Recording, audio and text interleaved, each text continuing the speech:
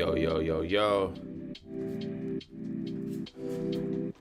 Yo, yo, yo. Yo, what's the word? Let me see. What's the word, everybody? How we feeling? Matter of fact, let me get something in 3 seconds.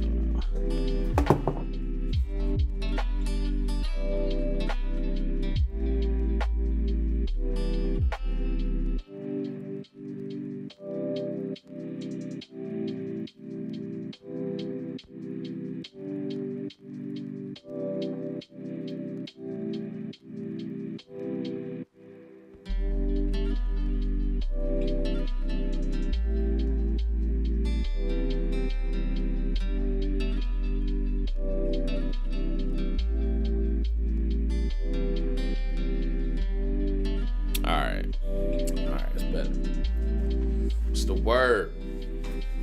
How we feeling, everybody? What's the word? What's the function? Yeah, no.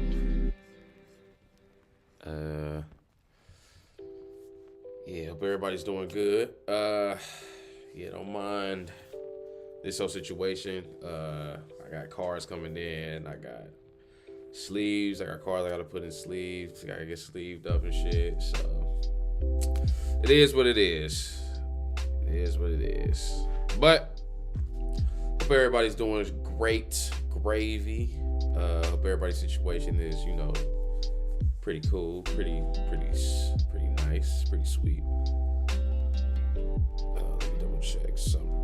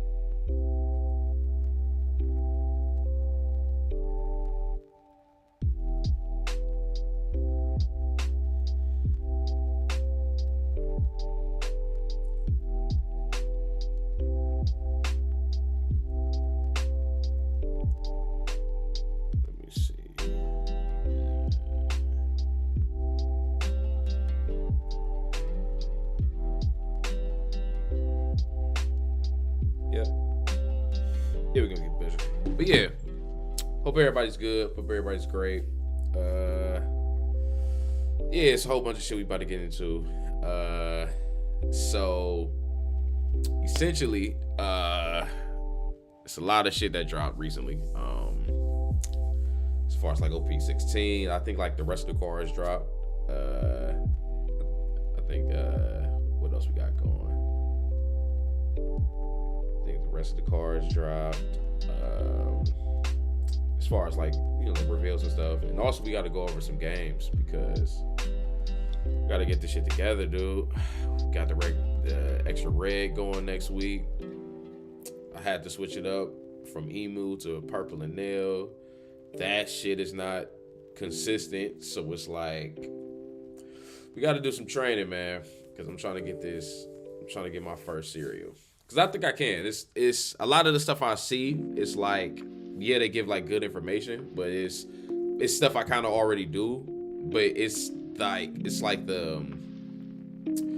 having a specific definitions and, you know, specific structure to it. So yeah, we got a bunch of shit. So yeah, we gotta hurry up too before kids get up. So all right, so we're gonna breeze through this. Let's start with actually, since I got some people in the Twitch stream, for anyone who doesn't know, I am Nobu Akira. Mainly, I play the One Piece card game. Started playing Yu-Gi-Oh! As everybody. And if people don't remember, I also played the Naruto card game that Bandai did, like the early, like mid 2000s, like 2010s and shit like that. And then yeah, I'm just recently got back into it. So y'all can follow me at Nobu Akira pretty much everywhere, on YouTube, Twitter. I just made a Twitter, Instagram. So yeah, pretty much load up content. It's just the journey and just tips and tricks, you know. So yeah. Without further ado, had to get that intro to it because a lot of people don't know. Not just that, but you know, gotta be, you know, keep being consistent. But enough of that. Let's get into the function. So let me see.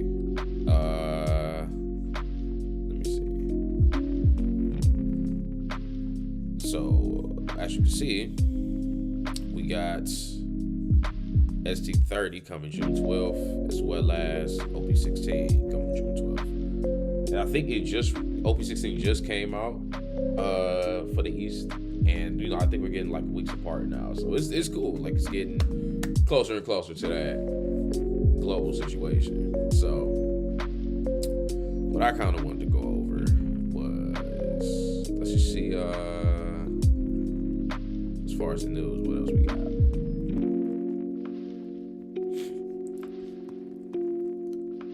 It's not really much. Okay. So we pretty much already went over as far as like season 2 for the regionals, but this is new. Which is these car sleeves, which is actually raw as fuck. You got the Gum. I believe this is Boas. I think this is Quake. What's his face? Nugget. And Nail. The lightning. So yeah, this shit is dope. This actually releases next week. At the time of this recording, the time of the stream is May 22nd. So yeah, literally a week from now. Next Friday. So damn, I kinda want these nails though. Bitches like fire. Damn. Alright. So boom. Got that. Alright. And then we got the new starter deck. 30 extra starter deck. Let me see what it tells you. Everything comes with it. Everything you need to start playing the One Piece. Yada yada yada. Yep, got your super rares, which is the Port Gus, the Ace, and this Luffy. This Luffy is gonna be raw for OP16 Luffy too, I'm assuming. So as far cost, you may rest one of them done. This character gains rest during his turn, which is like nice. When attacking, rest up to this shit is gonna be waxed. So yeah. Contents, one constructed deck, one in the bonus pack. So this just comes with a bonus pack. So it's like the Ace. It's like the Ace and Nugget one. It's pretty dope. Like my thing is, I kind of wish that they kind of do other arcs than like pre-time skip shit. You know what I'm saying? Like yeah, they doing Elbath, but I don't know. I guess it's because the actual story is kind of moving slow. Like it moves at a certain pace. They can't really do all that, but it is what it is. But I'm fucking with it though. I'm still gonna get it. But this is the Twomp though. 20 though. It's crazy. But yeah, I don't care. So yeah, that's dropping actually June 12th. And let's look at the finals. The championship finals for season 1. Let me see. Which is the overview, boom. Some details and shit coming soon. I'm pretty sure we went over all this. They didn't really drop nothing. Just announced the event in total. All right, but this is the shit I'm talking about. So the training is going to be with primary training today is going to be for the extra grand battle because I am participating for it on May 31st. That's a pretty competitive locals. So I already know it's going to be hella nails, namis, jungles. It's just, I'm not tripping about it. It's just, Nail is so fucking resourceful. Like, you have to really plan like 2, 3, you know what I'm saying, steps ahead of shit. It can kind of get tricky. So yeah. Let's look at the prize and let's just kind of get it in our mind. So just for participating, like I said, you get Shanks, these promos, which is pretty dope. They say this Teach is actually pretty playable, which is pretty nice. Bam. Shanks. This Shanks is actually pretty alright too. Let's see this little view. Yeah, he can basically attack twice. And it's just a blocker version of the original 10 cost from OP09. Okay, yeah, these aren't bad though. These are actually pretty dope. But the cool part is one of the homies, the homie Ying. Shout out to the homie Ying. So yeah. So he actually participated in his extra grand battle with blue yellow Nami. Got pretty close. He missed one by like a small margin. So he was sick about it. But it is what it is. I told him he did good. This shit is tight. But he managed to get him a Perona, which only goes to the top 4. Yep, top 4 gets the Perona. And then the winner gets the Yamato. Like, come on. Icy too. And it looked broad. Like, a lot of people's shit looked like nice as fuck. So, yeah. It's just my thing. I wonder how much it'll go for, actually. Actually, I want to see. I'm pretty sure it's like it's prizes and shit. People got like shit. I don't know.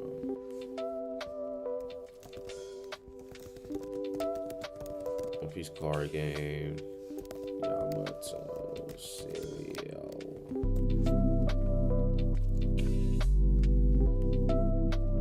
Okay, he's going for 5G, 6. Okay. All right.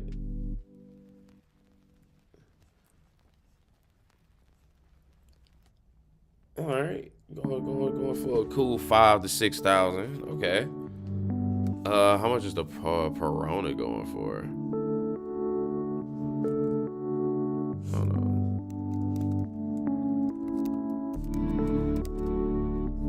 Look at it one more time. This is kind of it. So it's just only 2 listings as far as I can see.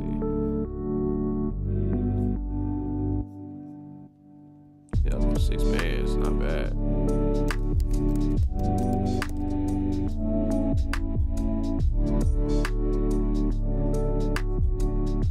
Okay, just going for about 100 to 200.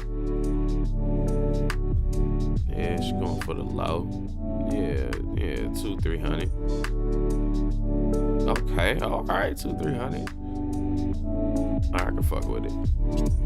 All right, but that's the thing, though, man. Like, it's like the scalping. Get your money however you get it, but the scalping shit is corny because it kind of makes it shitty for everybody. Where this is kind of like, it's the value of the cards, the pricing of it. It's dope. It's dope as fuck. I like it, but who knows? That's just my opinion. But yeah, let's see. Where else would we at?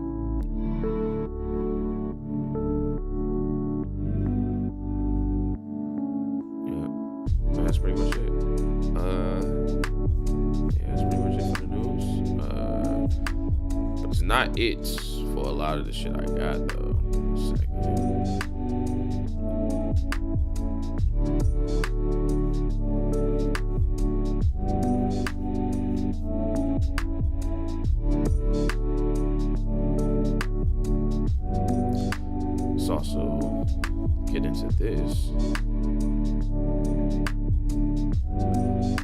So recently, I guess there is another collab with the PSA. I believe if you become, it's, you know, usually the thing with PSA is they usually partner. I don't know if they do this with other ones. Like I said, I'm kind of new getting back to the TCG shit, but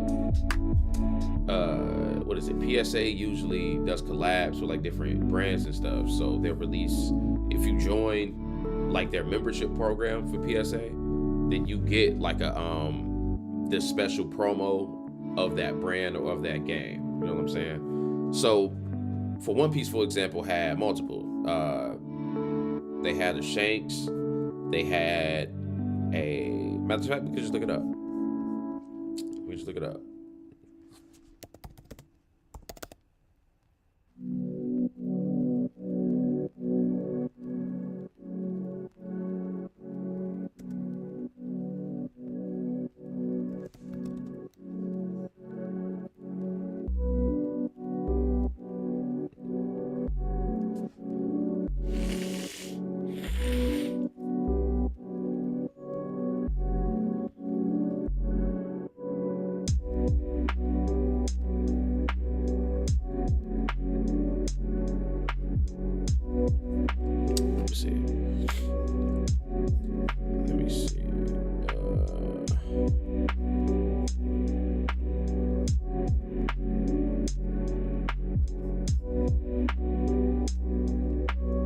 PSA One Piece card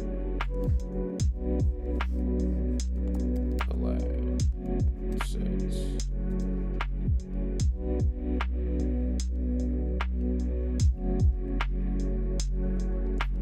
So they did a couple. See, did a couple. I guess this is back in 2024, back when the Monkey D. Luffy one came out. Let me double check to see if they got it.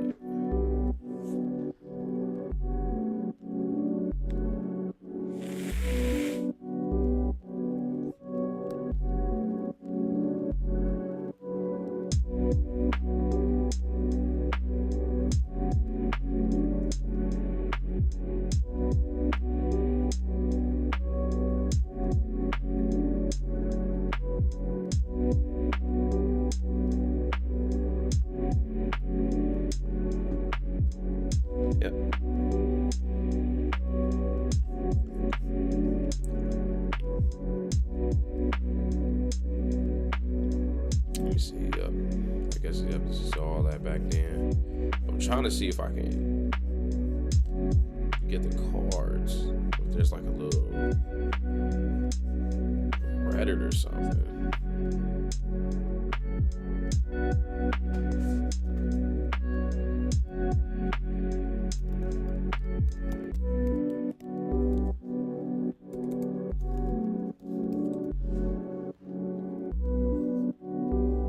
Let me see.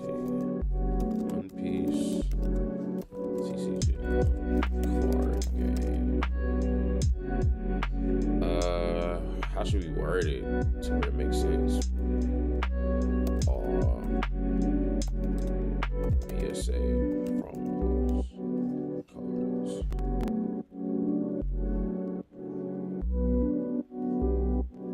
Let me see if I can just look at the list. Okay, yeah. All right, we gotta do it like this. They're making it complicated. Oh, actually, no. We just go to the actual thing. Okay. I'm tweaking. Okay. So the thing about Mihawk, it's the, I believe the OP14 one, the raw one, obviously. So I think it looks cool. Yeah, I think it looks real cool. You got the Zoro shit back there. But you know, like I said, it comes from a long line of previous ones. I believe this was the Boa was the first one, or I'm not sure honestly, but I think either Luffy or Boa was the first one, and then the other one came, and then Shanks came, and then now we have the Mihawk. So essentially, you join a program that like basically, you submit or you have, you know, it's like one of the memberships. Once you become that, once you join that, I think you pretty much get this card for free just for joining it. But I think it's like $100 for it. Let me see if we can actually go to it. I'm thinking about it.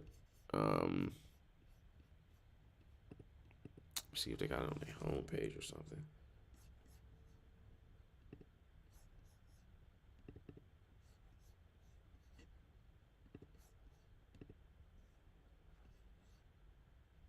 Let's see.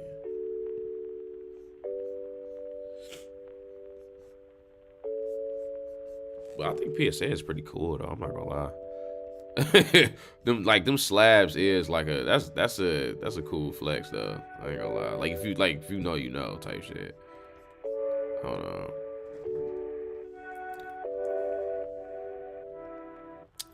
Let me see. Sales and registry search. Let me see if we can find it.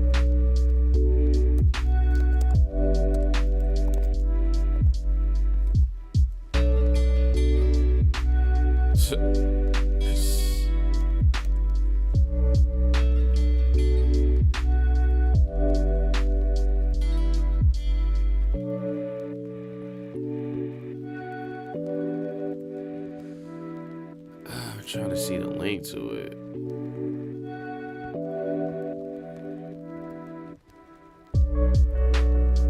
Yeah. So I think it's either one of these. It's the collector club. So you join. Like I said, you can either join, but of course they're gonna give you the card. You know what I'm saying? Like, of course they're gonna give you the card because you know what I'm saying.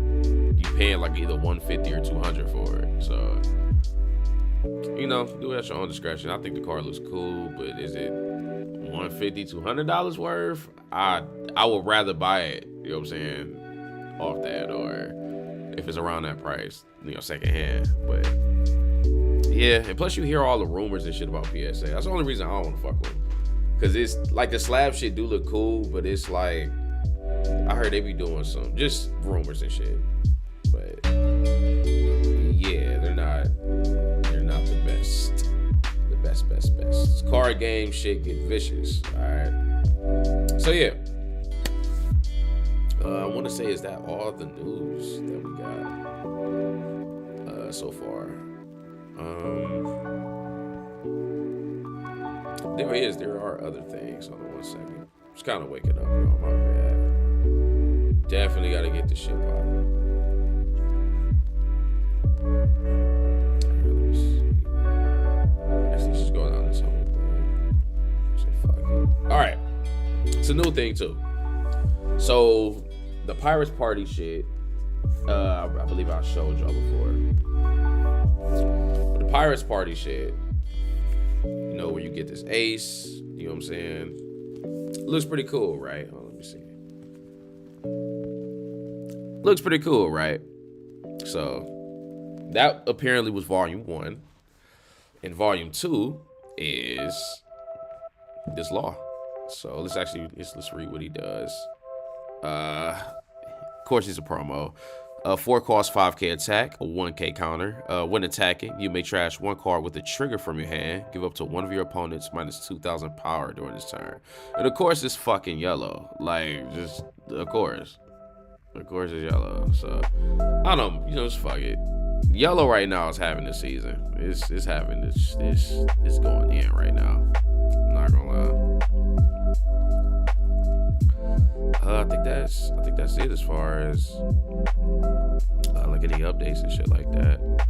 That product shit was pretty cool. Yeah. They dropping some new shit.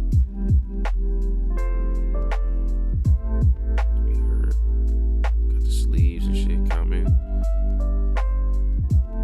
Yeah, I'm fucking with the lightness though. It's just fire.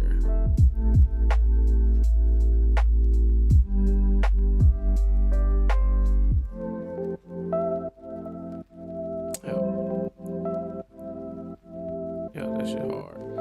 Alright. I think that's it. So I think we can move on.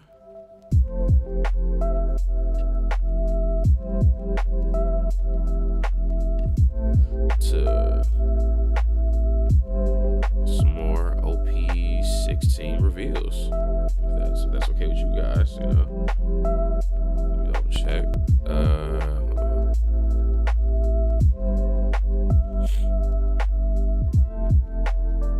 All right. Now let's actually get into it. So, let me see. OP16 is fucking Among Us. It's Among Us, y'all.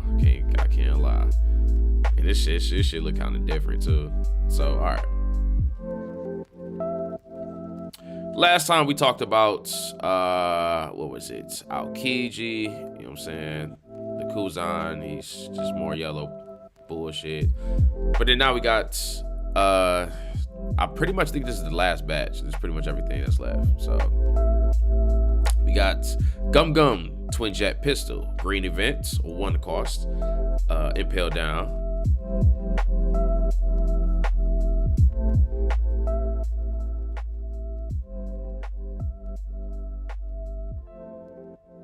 Yeah. Let's try that again. Hold on.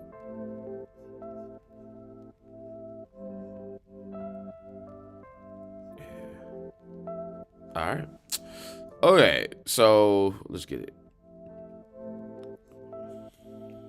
We got Gum Gum Twin Jet Pistol, green events, 1 cost, impale down, Straw Hat Crew. Main, up to one of your Monkey D. Luffy gains double attack during his turn. Then if your leader has an impale down type, rest up to 2 of your opponent's characters with a cost of 3 or less. Trigger, rest your opponent's leader. Wow, that's kind of crazy. Ooh, I need this though. This bitch is hard. I ain't gonna lie. It's a common too. It's a good ass card. Captain Buggy's Our Savior, blue events, 1 cost, impale down. Counter, if you have 2 or more prisoner of impale down, up to 1 of your leader or character cards gains plus 4,000 power during this battle. Trigger, draw 2 cards and trash 1 card from your hand. That's pretty dope. Ben Beckman, red character, 5 cost, 6k attack, ranged, red hair pirates, counter, 1k. Blocker, on play, you may rest 1 of your down cards. If your leader has a red hair pirates type and you have 10 down cards on your field, play up to 1 shanks from your hand.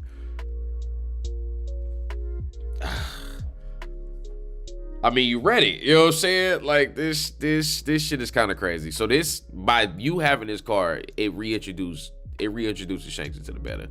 So just kind of automatically, it's a blocker too. Like yeah. And you don't summon him and rest it. Like you just summon him. You know what I'm saying? You just play him. So yeah, it's a pretty nice card. Let me actually see. Yeah, this shit is sweet. Oh my god. And it's on play. Oh my god, sweet. Yep, then we got the Mihawk leader. We got more of the shit we was talking. Yep. Trafalgar Law, Pirates Party. Okay, and now we have Trafalgar Law, green character, 8 cost, 9k attack, green. On play, up to 1 of your opponent's rested characters will not become active in your opponent's next refresh phase. End of turn. Set all of your green characters with a cost of 5 or less as active. Pretty simple. Magellan, purple character, 8 cost, 10k, power, impale down.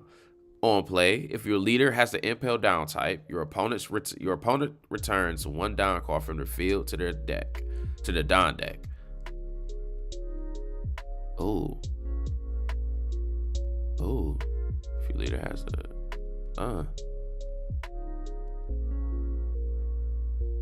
on KO, if your opponent returns 4 Don cards from their field to the Don deck. What? That's kind of crazy. That's raw. That's nice though. Kozuki Momonosuke, black character, 5 costs, 0 power. Land of Wano, 2k counter. Activate main. You may trash this character with the cost of 20 or more. You may trash this character with the cost of 20 or more. If you have 9 or more Don cards on your field, Play up to 1 Kozuki Momonosuke with a cost of 9 from your trash. Huh?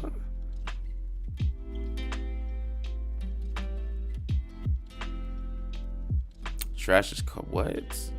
How can you get to? Unless I'm reading that wrong. I don't think I'm reading that wrong. Shinobu, black character, 2 costs, 1k power, Land of Wano, 2k counter. On play, you may trash this character. If your leader has a Land of Wano type, draw 1 card and give up to one of your Kozuki Momonosuke, gains plus 20 costs during this turn. That's raw. Okay, that's raw. Okay, that's what I'm saying. Okay, so me personally, I think I'm gonna run either Yamato or the new Luffy, but I want to run Sengoku just because of the admirals. You know what I'm saying? But these decks it's just like, I think the power creep is stabilizing, but it's starting to get crazy. I'm not gonna lie. All right, Roronoa Zoro, green character, 7 costs, 9k attack. On play, rest up to one of your opponent's cards. Then you may trash 1 card from your hand. If you do, give your leader up to 3 rested Don cards. Otama, black character, 2 costs, 0 power. Land of Wano plus 2k counter.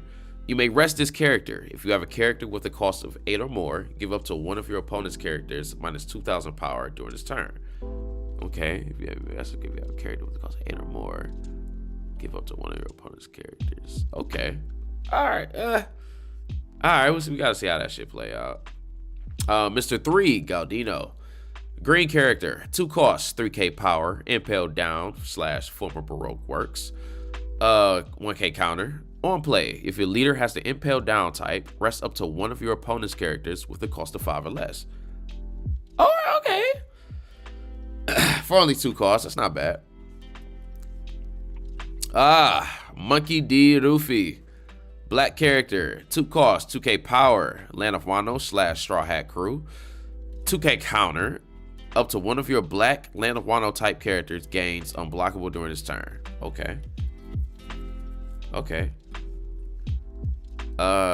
Speed Jill. Red character, 4 costs, 5k attack, White Bear Pirates, 1k counter. You may discard 1 card with the power of 8,000 from your hand. Until the end of your opponent's next turn, this character gains plus 2,000 power in Rush. Wow. And it's for 2 turns too. Lafitte, yellow character, 1 cost, 2k power, Black Bear Pirates, 1k counter. On KO, KO up to one of your opponent's characters with a cost of 4 or less. What the fuck? Shimotsuki Ushimaru. Black character, 2 costs, 2k power, Land of Wano, 1k counter. Blocker. Okay, he's a blocker. McGuy. Red character is 6 costs, 8k power, White Bear Pirates, allies. On KO, KO up to one of your opponent's characters with an original power of 8,000 or less. Dracula Mihawk. Black character, 16, 6 costs. 6 costs, 8k power, the 7 Warlords of the Sea. He gets Rush. And on play, draw 1 card. Draw 2 cards and then trash 2 cards from your hand. They give up to one of your opponent's characters minus 4 costs during this turn. Okay. Boa Sandersonia. Yellow character, 4 costs, 5k attack. Kuja Pirates, blocker. And trigger. If you have 2 or less life cards, play this card. Okay, it's cool. Boa support. Morley, 4 costs, 5k attack. Giant, green revolutionary. 1k counter. If this character would be KO, you may rest 2 of your cards instead. Unblockable. Ooh. Benevolent King of the Waves. Purple character, 3 costs, 5k attack, Navy. On play, you may trash 1 card from your hand, add up to 1 Don card from your Don deck, and rest it. On KO, add up to 1 Don card from your Don deck and rest it. Okay. Boa Marigold. Yellow character, 5 costs, 5k attack, Kuja Pirates, 1k counter. If you have 2 or less life cards, this character gains blocker. Trigger, if your leader has the type Kuja Pirates, play this card. Moji and Kambaji. Blue character, 6 cost, 7k attack. Cross guild, 1k counter. On play, if you have 5 or less cards in your hand, draw 2 cards. Marine 4, purple stage, 1 cost, Navy. On play, look at 5 cards from the top of your deck, reveal up to 1 Navy type card and add it to your hand. Then place the rest at the bottom of your deck in any order. Activate main, down -1. You may rest this stage, draw 1 card, and trash 1 card from your hand. Okay. Damn, that's not bad though. Oh my god, it's like the Sengoku shit. Oh wow. It's not bad. Wow, that's not bad at all. Okay, Shanks. Red character, 4 cost, 5k attack, 2k counter. On play, you may rest 2 of your Don cards, KO up to 1 of your opponent's characters with a power of 4,000 or less. Don Quixote Rosanate, purple character, 2 cost, 1k counter, 1k power, and 1k counter. Blocker. On play, you may rest 2 of your Don cards. If your leader has a Navy type, add up to 1 Don card from the Don deck and rest it. Like I said, pretty dope. Like, yeah, that's what I'm saying. It's like all these decks is just like, they just, it's raw. Like, they just all good. I can't really say shit about any of them. Monkey D. Luffy. Blue character, 2 cost, 3k power, impale down, / Straw Hat Crew, 1k counter. Activate main. Once per turn, you give up to 1 rested Don card to your leader or one of your characters. And I like it that it's the one where he got dogged by Magellan. Like, I like it's that one. Gecko Moria. Yellow character, 6 cost, 7k attack. It's the 7 Warlords of the Sea / Thriller Bark Pirates. Trigger, if you have 1 or less life cards, play up to 1 Absalom or 1 Dr. Hadbok and 1 Perona with a cost of 4 or less from your trash into your field. What the fuck? That's disgusting. Trafalgar Law, purple character, 4 cost, 3k attack, Don Quixote Pirates, plus 1,000 counter, 1k counter. On play, add up to 1 of your Don cards from the Don deck is active. When attacking, if your leader has a Don Quixote Pirates type, this character can gain plus 3,000 power during this turn. That's nice. Rockstar, 1 cost, 2k power, 2k counter, Red Hair Pirates. Once per turn, if one of your characters with the type Red Hair Pirates will be KO, you may instead discard 1 character from your hand with a power of 6,000 or more. Okay. Roronoda Zoro.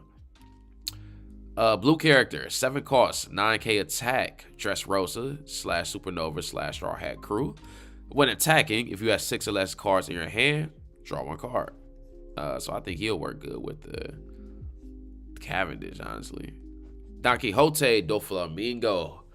Purple character, common, 7 costs, 8k power, Don Quixote Pirates. On play / when attacking, add up to 1 Don card from the Don deck and set it as active. Okay, that's nice. Hanya Bell, purple character, 2 cost / 3,000 power. Impale down, 1k counter. On play, look at 5 cards from the top of your deck, reveal up to 1 Impale down type card and add it to your hand. Then place the rest at the bottom of your deck in any order.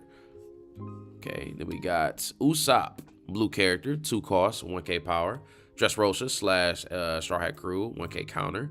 Blocker. On KO, you may rest 1 of your Dressrosa type leader or stage cards. Return up to 1 of your opponent's characters with a cost of 5 or less to its owner's hand. Jinbei. 2 costs, 2k power, Fishman, Impale down, the Sun Pirates. 2k counter. This character gains plus 2,000 power, down ×1. Okay, making it even. Then you got the OP Vanillas. You got the Arlong when he was locked up. You got Smoker. You got a 2k Sanji. Okay, it's not bad. Then you got the Marine guy. I think it's from like the little girl that Nami be using. I think that's from the same one shot as him. So that's cool that he's there. I can't remember who he is, but 2Ks. It's a whole bunch of 2Ks and just support and shit. Oh, this Jinbei look nice. Damn, I kind of want to play this Jinbei. He just look raw. Damn, he look raw as fuck. Y'all don't think that look hard? This nigga look hard. That's crazy. All right. Yeah. Yeah, he look hard. Okay. Yeah, I think it's same. Same thing. The one shot. Okay, Vanilla Bone. Okay. Namule. Red character. 1 cost / 2000 power. Whitebeard pirate / fistman type. Plus 2k counter. On play, you may reveal 1 card with a power of 8000 power from your hand. KO up to one of your opponent's characters with an original power of 2000 or less. Okay. And we got the Arlong, the Sanji, the Navy brother. Yeah, they just Navy brothers. That's shit is funny. Kirill, that's his name. Ramba. And Miss Hancock. Jinbei. This Jinbei look raw, bruh. That's crazy. Alright, then you got the Chinese, the PRBO2 Nami, the Searcher.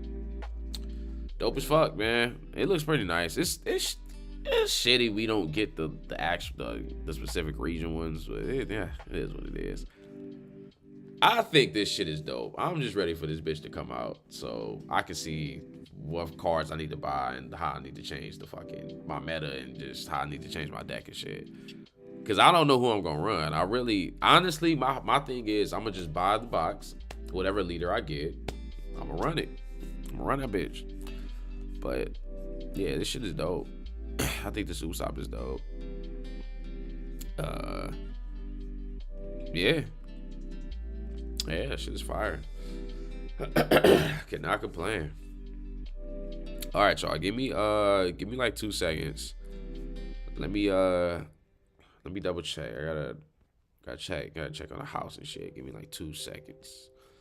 I will be right back.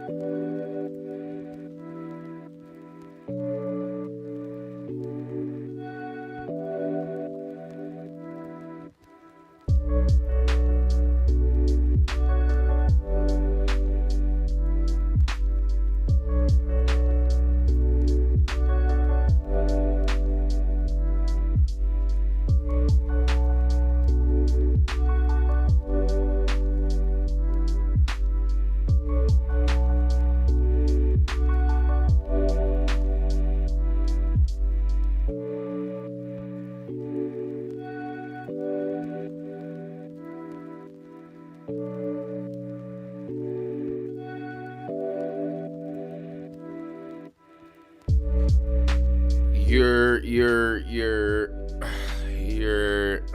I ain't shit, y'all. I'm sorry, man. This one's on me, man. This one's on me. Fucking daughter ended up waking up. Ended up having to make sure she was good, bro. I thought it was gonna take this off 20, maybe 15 minutes. Took a whole 2 hours, y'all. I'm sorry, I ain't gonna lie. But I mean, it's my bad. The reason I ain't cut the streams because we chilling today. I ain't gonna lie. We are chilling today. So let me see. While we still getting shit together, we still got some shit to go through though. Here, let me set this up real quick. Yeah, let me set this up real quick. What is it called? I want to say if not this stream, but definitely last stream. Yeah, if not this stream, yeah, definitely last stream. Definitely gotta what's the name?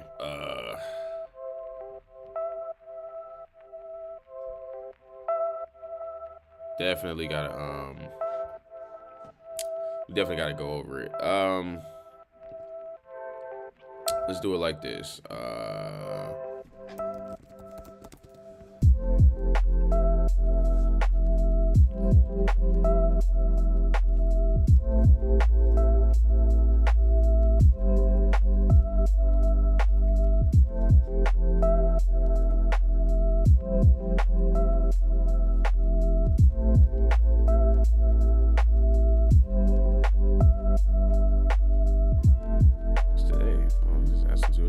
Okay. Let's go to this one.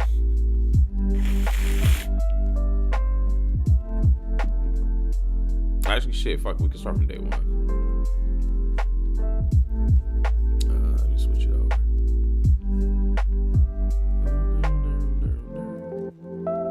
Yeah, facts. All right. Let's switch it over. All right. Now let's get into it. Like I said, I'm still, you know what I'm saying? If anyone who has kids, you know these little niggas do not, no matter what you do, these niggas do not stop.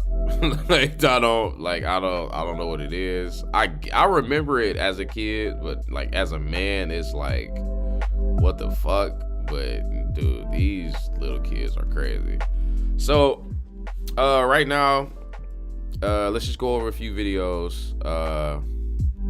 Right now I am solo daddy right now, so trying to be responsible. So yeah, so let's do it like, oh yeah, let's do it like this. We turn this down.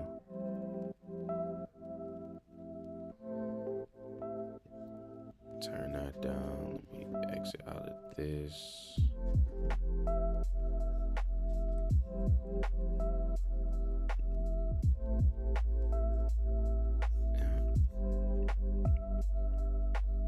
do it like this. We got that going.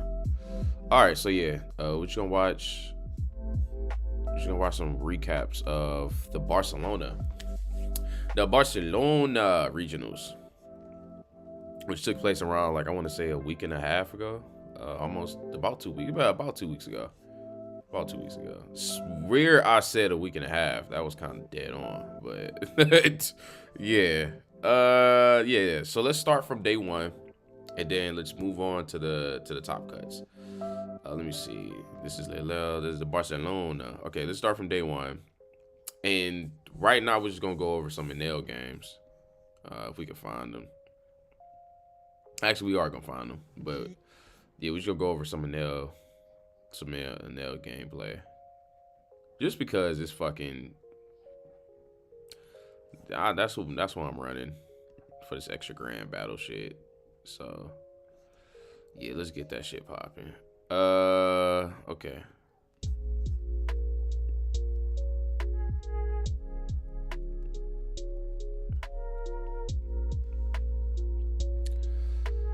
Yeah, this dude looks super controlled. Like, this dude, so like he just knows what he's doing.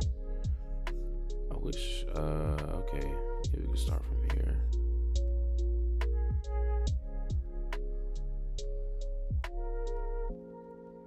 Hold on, let me actually get it. Just because it's so long, I gotta pause. It's because the video is extended. I gotta get real specific with it, like real precise.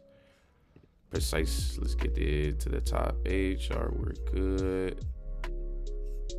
I guess we could do subtitles too.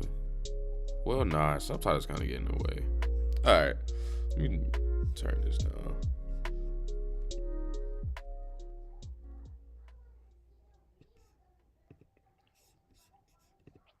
All right, now let's get into it.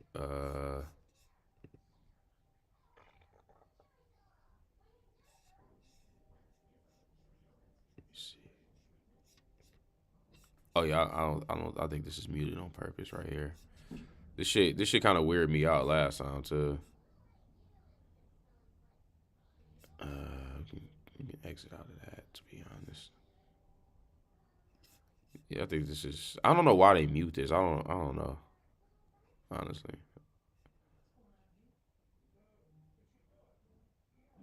Edinburgh Regionals in the OP30. There we go. 7-3, which is a good thing. I don't know what. All right, we're gonna let this ride. I think that was got 7-3. That's good. I'm kind of still gonna be doing my thing. Let me know if y'all want. But yeah, it's important just to see that, right? You know, people do bad, of course. My man, yeah. Do bad in regionals that are this big. You know, everyone's not going to do great. Especially for someone that know, looking into it with not a lot of view on the whole tournament, just to know that bad rounds, bad days exist, and that's fine. Yeah, absolutely. No worries. I'm also apparently ranked to the washed rankings, so let me know if y'all can hear it and everything. Shout out the homie Frank, my brother. Shout out the homie Yang. Telling y'all, nigga yin yang. Zero reasoning for it. I won't take it just yet. My last let me see what Twitch was doing. I bubbled 3 times with percentage-wise out of top cut, so. The score was good enough, but just like I was. I got a question. Do y'all want this in full screen? Like, does full screen look better for y'all? Hold on, let me double check. So, I won't take that. But we do have a black crocodile versus a purple. I don't think I can see that shit. Round 1. So we were right. They're going straight into it. Yeah. No time to talk about anything. Yeah, Black Croc. Well, I guess by Nico Robin was kind of answered, right? You know, Nico Robin. Well, Miss All Sundays played in that. Who is Nico Robin? Yeah, cool. Yeah. That's exciting. Black Croc that's a cool deck. But we do have washed. Only have zero reasoning for it. I'm still. Do my nighttime. Hold on, I gotta switch my theme, yo. What the fuck, bro? I bubbled 3 times. Dark thing. With percentage-wise. Talking about. Oh, it goes off my device. Oh yeah, okay. But yeah, we gotta do that dark thing though. What the fuck is we doing? It was looking. All right, my bad, y'all. But It's a pet peeve. I had to get that shit together. I ain't gonna lie. Yeah. Let this bitch load up. Gonna go back. Percentage-wise, out of Top Cut, so All right.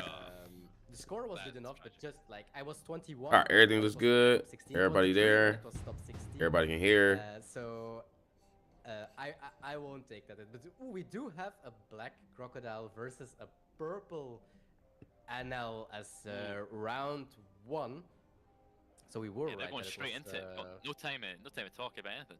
Yeah, Black Rock. Well, I guess by Nico Robin was kind of answered, right? You know, Nico Robin. Well, Miss All Sundays played in that. Who is Nico Robin? But yeah, And cool. That's exciting. Black Rock is All right, that's a sorry. cool deck. Hold on. I'm gonna dip for a second. We're gonna watch Absolutely. these for a Also, second. We're gonna pretty much go over these. Well, I'm pretty sure of it that Black Crocodile won the dice roll, and I think this matchup is decent, or definitely not the worst, if you are able to go first. Yeah, taking a nail off the first curve is good. And also, like Black Rock has a good like going first curve too. You know, you're able to miss all Sunday on curve to like build a board, then turn after you croc. Like it's got lines, and obviously now the deck runs the zombie Luffy, the Thriller Bark Monkey D. Luffy that came out in OP15. Great tool for the deck. You know, that's just there's a seat there in the trash there. Fantastic card, making your leader a 7k base, and then also basically an immovable card, plus 10 cost and the power on it. But Gamma Knife minus 5k is huge. Yep, absolutely. But yeah, the zombie Luffy is definitely a great addition in a lot of matchups, just because you are able to be a 7k leader. That gives you so much extra survivability. It's going for a 6k swing. And he's filling up the trash very fast.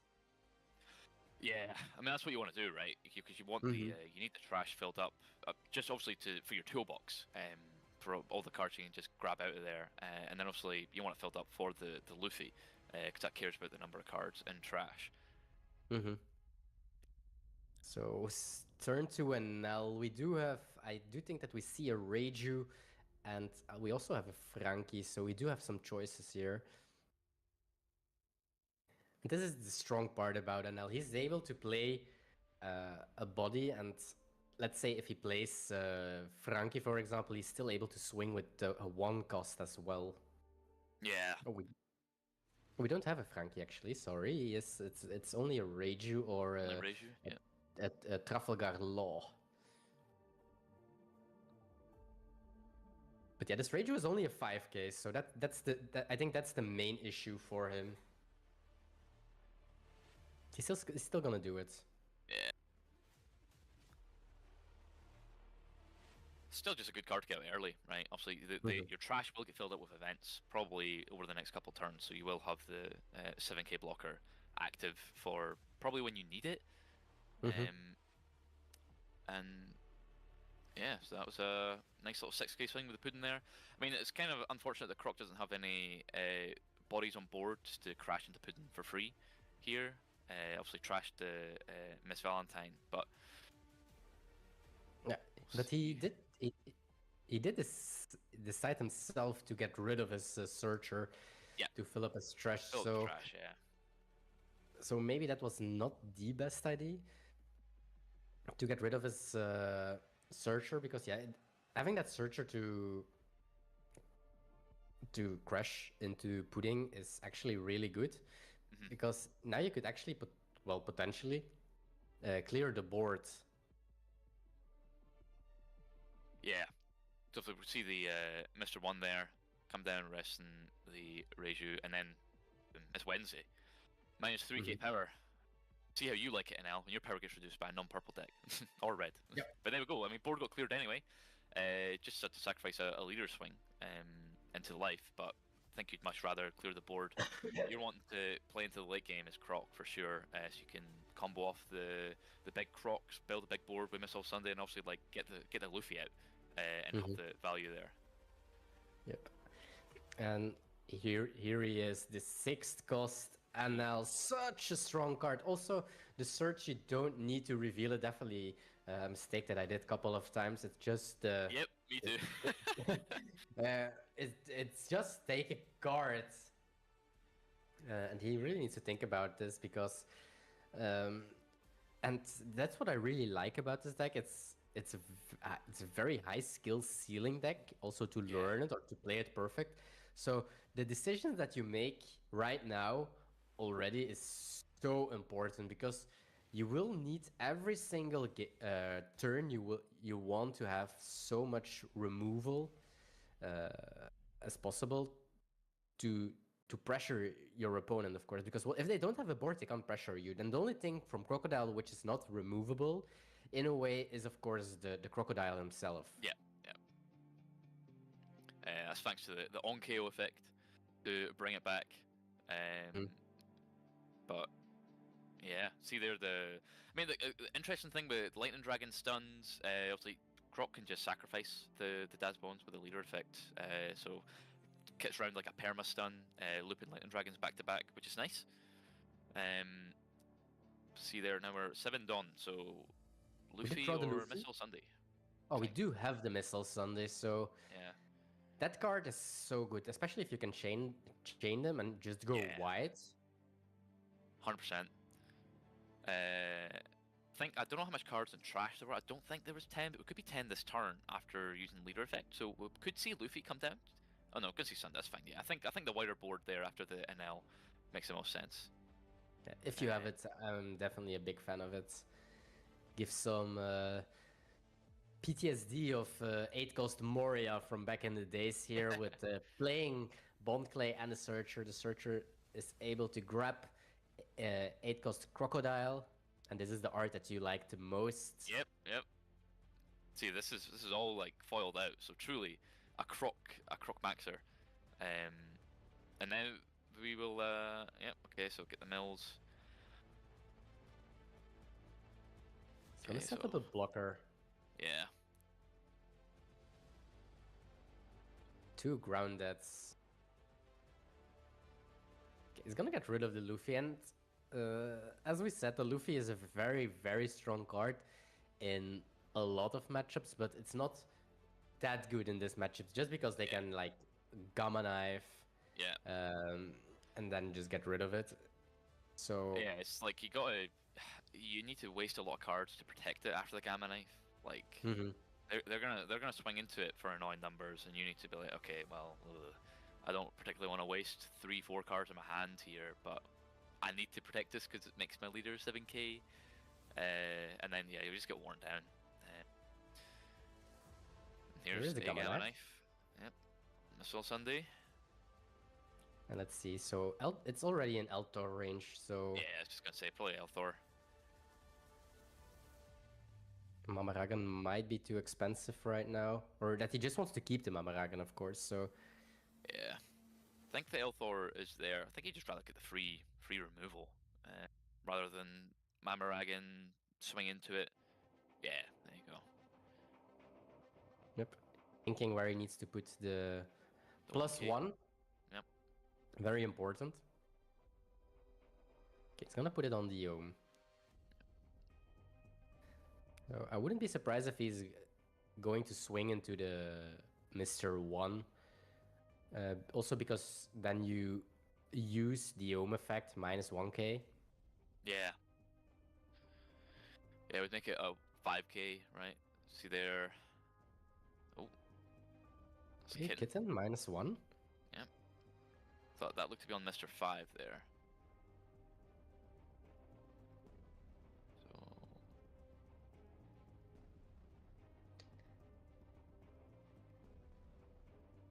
Okay, and so he's gonna swing, as we said, with Ohm into Mr. 1 minus 1. But the kitten minus 1 was on the Mr. 5. So let's see. So yeah. both are 5k power right now. Yep. Okay, he will let it go. He wants to have a possibility to to keep the blocker. If there is no Mamaragan, this 6-cost NL won't swing into it, and then he will save one more body. Okay, no Mamaragan. Yeah, I mean, obviously, I think that the -1 there makes sense for not giving the like +1k power buff to blocks, right? When you're swinging the 6, and obviously like the 5k leader could just get free block on Mr. 5. I don't think he would do that because the 6-cost NL is still there, and you just swing 10k into it. But there we go. Now we see weenie on weenie action. Get rid of that home. I think his main reason for using the kitten on the blocker is that Mr. 5 would not get a free block, maybe, and to cycle the card, of course, like cycling that card. If he was like, I don't need this card, I need other cards to prolong this game or to play this game, then it's definitely a valid option. Yeah, sure. Oh, there's the first croc.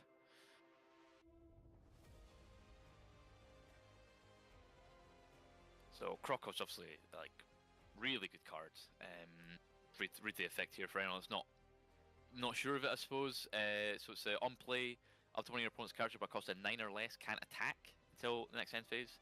Then, if your opponent has a character with a cost of 0 or a cost of 8 on their board, then you get to draw one. And then the important thing is on KO, you can trash one card from your hand to play the card from your trash. So if it combos with a leader to do the self KOing, and then you're able to play it back out again and basically stun 2 things from attacking.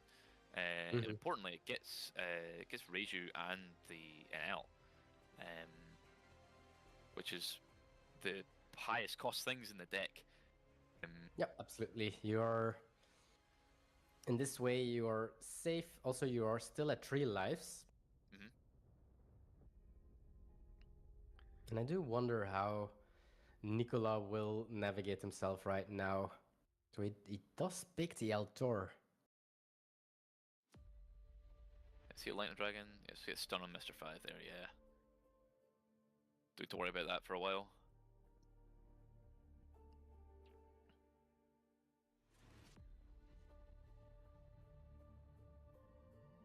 See, what, another Reiju in hand? Yeah, see that get played. Yeah, he is gonna play the Reiju.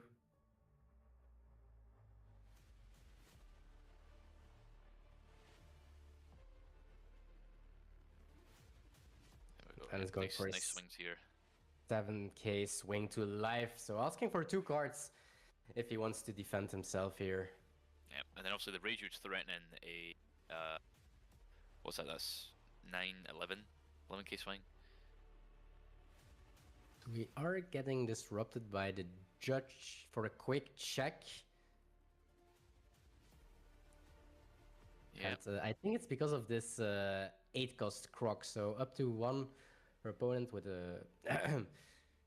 I think it's the drawing rule, if I'm not wrong.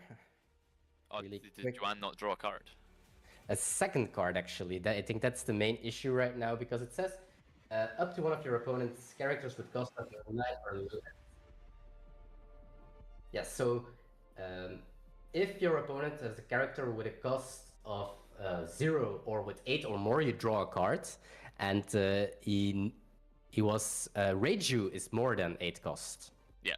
Because of the effect, it's actually a 9 cost. So Judge is disrupting because the crocodile was actually needs to draw an extra card. I did see him draw a card, but I don't think maybe we did miss that he was allowed to draw a second card. And I think it's actually mandatory. It does not say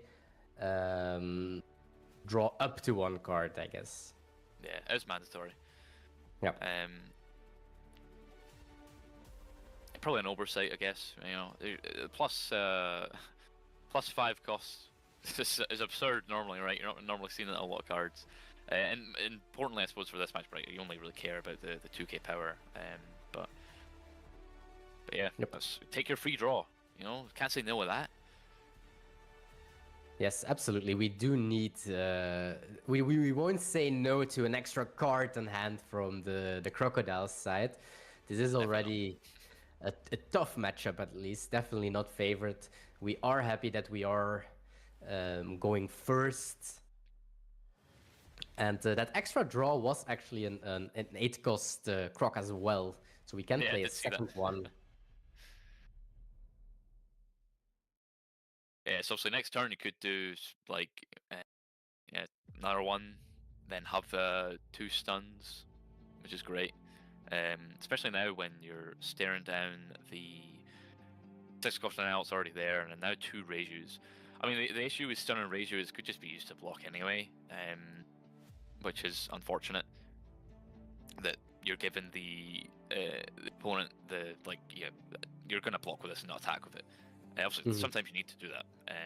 For if you don't want to lose the game to lethals, gives you more time, but it is like not the best.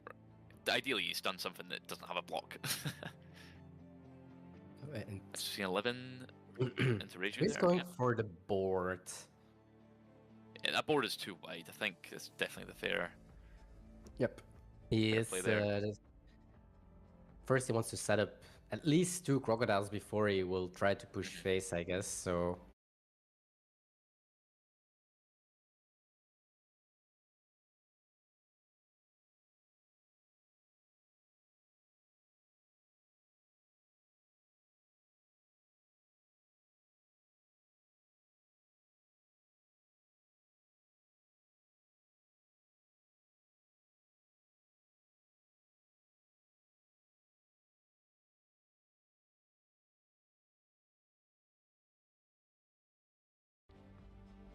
Remember the draw there. That's good. Ooh.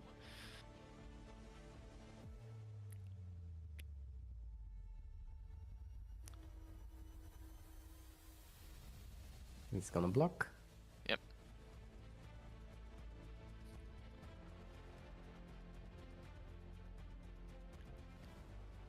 And we would also need a freeze button for the other side right now. This crocodile can freeze quite some cards this turn. Yeah. Yeah, well, now that the Reiju blocked, you've got the patchwork in hand, right? So I was when I saw that draw off the croc, I was like, oh, this is a bit unfortunate because you've just like KO'd the rested Reiju, but now because of the block, don't need to worry about it.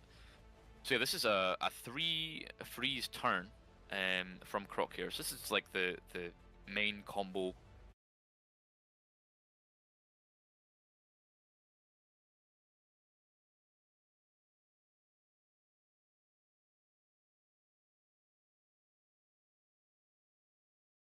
Of Croc from OP14, being able to stop 3 things from attack, and obviously the patchwork stops it from becoming active, which is important because it means that you don't need to worry about the blocker, right? Especially in this case for Reiju. And next turn he can just swing on it again if he wants to. If he want, he can decide if he is able to be aggressive and try to swing life. But the NL is still at 3 lives, of course, and we do know that NL has a lot of survivability because almost all the cards are also 2k counter events. Oh, so he's going pink there. Get the Lightning Dragon back. Freeze Mr. 5 again. Poor guy. Okay. He was quick checking why that extra Don came active, but that's the effect of Mr. Pink. Definitely a card that didn't start in this kind of deck, but it's so strong in this deck. Because it's actives 1 Don. After you played it, you are able to play Pink and Gamma Knife and whatever, Mama Ragantor and so on in the same turn. So really strong cards. And I just really like the art. I'm very happy that he's playing this alt art. This alt art looks amazing.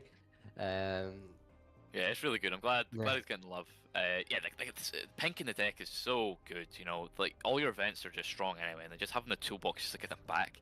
Then obviously it's a 5-drop that like makes another Dawn active, so you're gonna have 2 Dawn left. Then if you leader effect, you're going up to 3 after some Dawn minus. Also, you've already Dawn minus anyway with Pink. Then you could play the blocker Sanji, right? Which is a great card, minus 3 costs there. Or as you said, playing the Gamma Knife you just then salvaged, or whatnot, and play more 1-drops. Insane card. Like hats off to whoever first cracked it in the community. But yeah, insane in the deck. And there you go. Just you top it last turn. Reiju getting swung into by Croc. Don't need to waste any Dawn this time. Purple Nail's hand is what, 5 cards. So yeah, I don't think you want to waste 2/2Ks on the Reiju that could just get patchworked. And now the other issue with Black Croc is the deck size. That's the important thing. They don't really talk about it as much because you do want your trash to be filled, but you do also kind of want to play a little bit of a long game. So it's like a cat and mouse situation of making sure your trash is big enough, but also your deck has enough to to live, right? To not lose the deck. Yeah, you definitely don't want to lose to a deck out. No, I think he really needs to decide here on how aggressive he will be. Well, there's not a lot anymore to swing on to the board, so I do think that you want to push at least a little, or at least try to set up a lethal next turn so that the purple NL needs to play a little bit more defensive the upcoming turn. Yeah, for sure. Yeah, the hand, like, obviously you got the 2 ground deaths, which is like nice, but it doesn't. Unfortunately, like, it's negating the effects of 5 costs. Obviously, you've got leader effect to reduce, so you can get the Reiju and the Sanji and whatnot, but you got to jump through that extra hoop first to get the use case out of it. Also, we did see blocker law earlier, which is obviously a blocker you could negate. And since you do have 2 ground, obviously just no, yeah, 1 got milled there. Since you have 2 ground def, you could like even if force the purple NL to play more defensive and play more blockers out. Put 2 more blockers down. Then you could just ground def them both. And we did get rid of 2 Rages, so 2 blockers gone. We didn't see any Frankie this game for Nicola, so definitely a very important card to cycle some.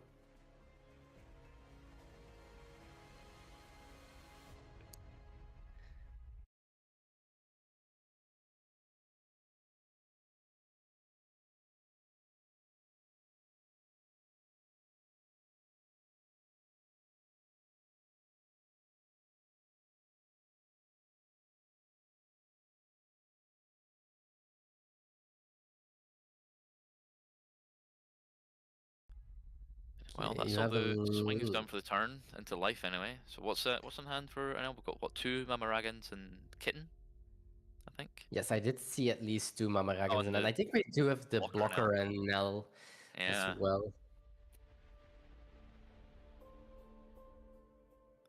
Alright, so Mr. 5, Filter, getting our blocker.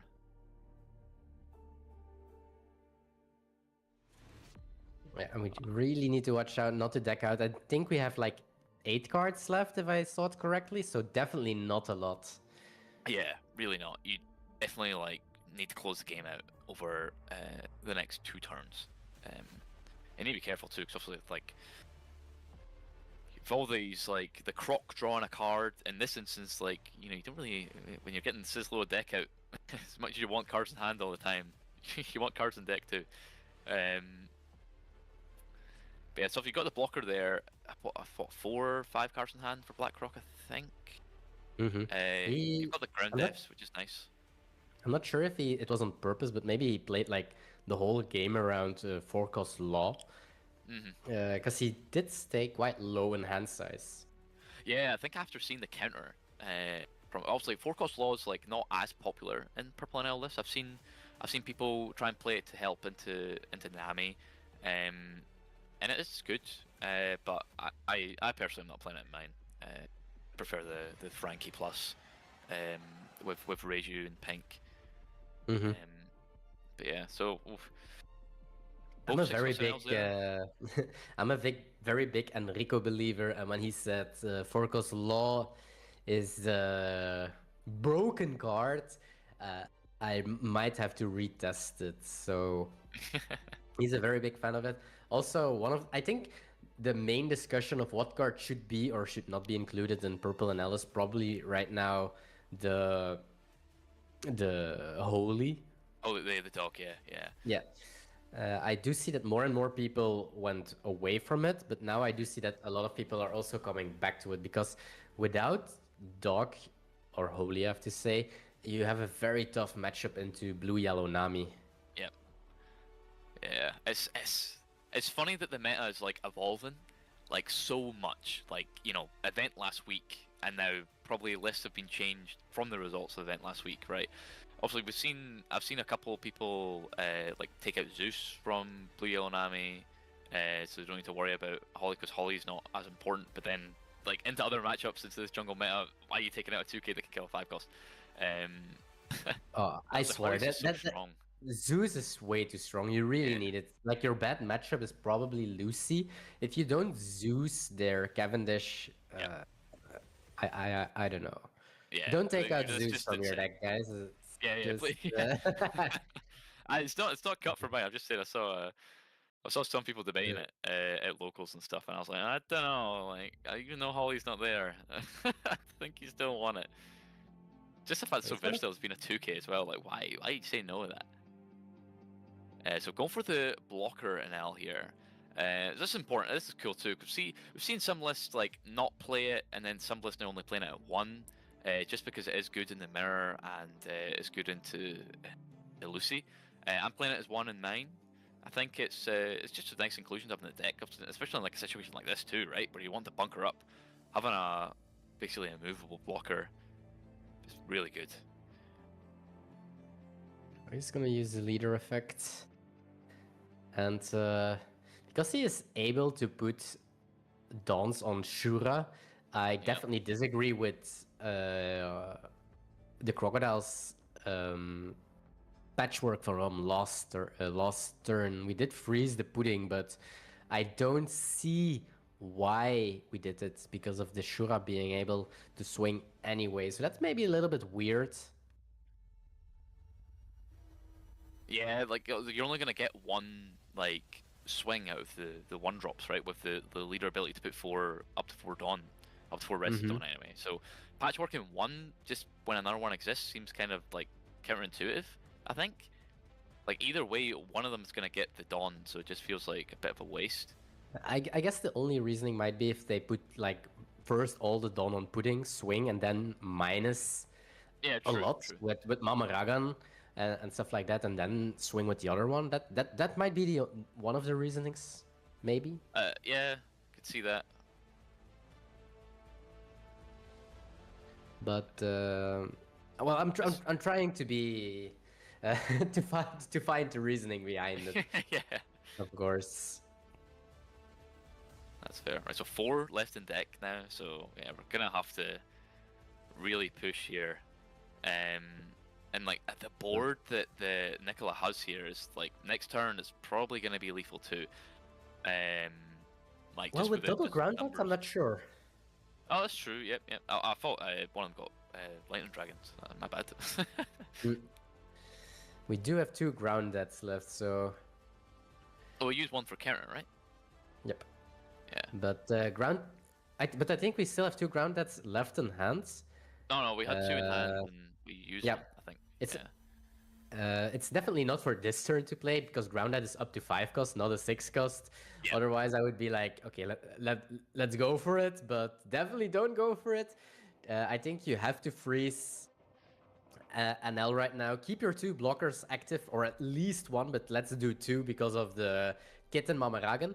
But we should maybe check their trash a little bit more. That's definitely something that the best players in the world always say, especially when they are watching games, is you should check your opponent's trash way more. Check what they have. What are they missing? Yeah. Why are how many 2Ks? How many this? How many that? If you know all that information, you can go for particular plays. But Yeah, 100%. wait, yeah. Keep on top of what's being used. Like so many, you know, most lists. If you tested it a lot, you should know what the standard list is for most decks you'll be playing into. So you should know the ratios pretty much, or thereabouts anyway. So just having that information available to you to know what to play around is huge. Yeah, this is tough for Nicola here. Like this is everything got frozen. Oh wait, no. Did one thing not get frozen? Sorry. We used Croc to get rid of the Sejranel and Putin to not be able to attack, right? So the blocker one can still attack. Is that? Yes. I Yeah. think the blocker one can definitely still attack. However, you need to be able to rest both of the. He can. Nah, with ground at in hand, it's actually impossible to get there from Yep. the NL side. And you're facing down a board of what 3 10Ks, and then the blockers, if you don't swing above 6, then they're also potential attackers next turn. Mm-hmm. Yeah, this is a tricky situation. I mean, you'd love to see another blocker here from Nicola. Like any blocker would be nice, just to try and mitigate the storm. But yeah, don't think there's any way to get rid of both.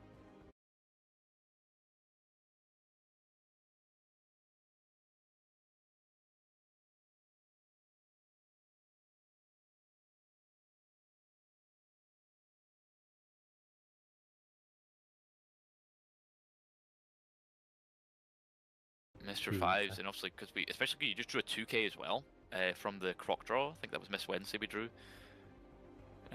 So ground F and 2K in hand when you only have 2 attacks and 2 blockers, 1 life. Pretty tough to get into.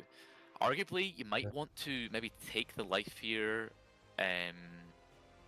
to maybe bait more swings. Try go for lethal. Oh, see the 2. Okay, right. Oh, this is aura. If you are blocking even and 2King even, you are feeling very, very well in this game. Yeah, that's a bad sign. Is Nicholas swinging in there?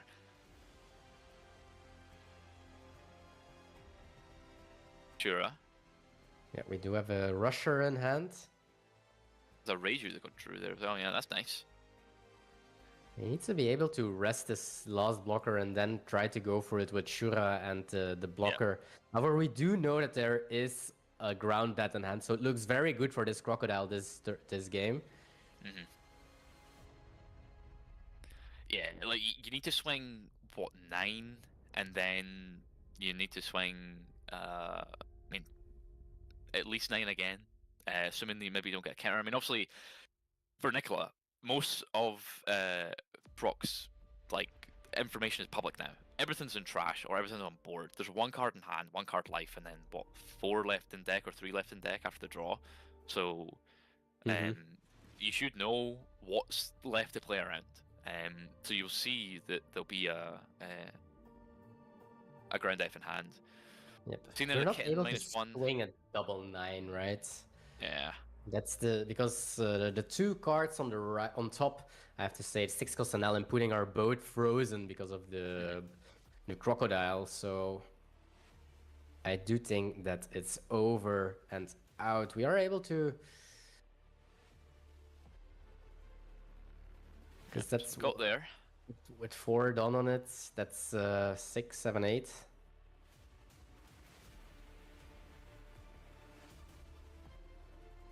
Well, that's good. The Lightning Dragon. Try and mitigate some of the damage coming back next turn. I call it extra stream time, to be honest. I gave up as purple NL because that's 8. Yep, 8. More is just not possible. And he flips it like GG. Yep. Yeah, that is tragic there. I think arguably you should have. I would have took it, I think, and forced Nicola to have the decision to swing with blocker and L or not. Kind of makes your lethal easier. But I mean, then you lose. Because you don't have a 2K in hand, right? Well, Nell's just going to swing for 8, right? Put all the Dawn on Shura. But that's a 10K. 10K, sorry, yeah. Yes. Oh my god. I wouldn't risk it. First game on, yeah, maybe don't. It don't listen to me, guys. This is why I'm in the caster booth, okay? It would be very, very risky. Oops, not bad. Yeah, okay, definitely don't do that. I don't know what I was thinking. What am I doing? Yeah. Okay, but yeah, too much Donas left and not enough cards. You do have Not a enough blocker, cards but in hand. only one. Yeah, And I it's do know just... that all the Black Crocodile believers will be very happy, and it's a lot of them. It's a lot of them. Like, I can Yep. name the Double Don winner KV Zhao. We have Supercalifragisticexpialidocious, very long name, but he's also like there is a very big group of Black Crocodile believers, and I think they are all very happy that.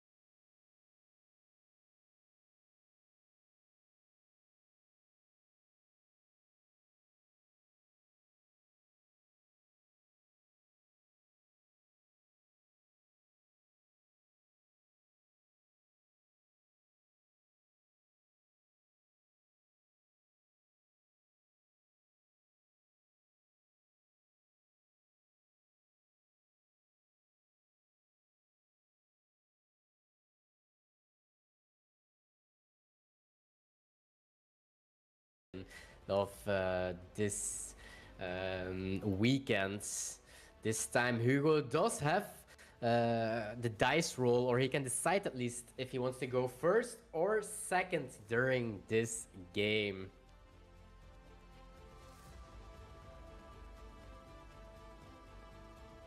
Yeah, I think you're taking first here. Definitely, yes. Definitely. Crocodile decides to go first against Purple NL. Because Purple NL, as said many times this weekend, Purple NL going first is on a whole new tier. If they can go first, I would say tier Barcelona, Venice, and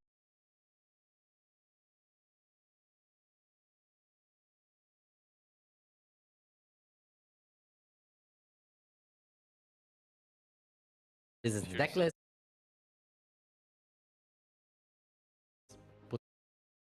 Um, with Purple and matchup, you also see it on the face of the players. They are not sure if they are stressed, but they are definitely locked in. Yeah, 100%. Like the top eight prizes are just such a step above, right, from the 64, 32, 16 that you really want to get them. But I mean, also coming this far is also just great anyway, right? I mean, losing top 16 is going to be a bummer. Obviously, half the players will experience that, but I mean, that's just how it is. And gotta take the good with the bad. Yes, been there, done that, and it's yeah.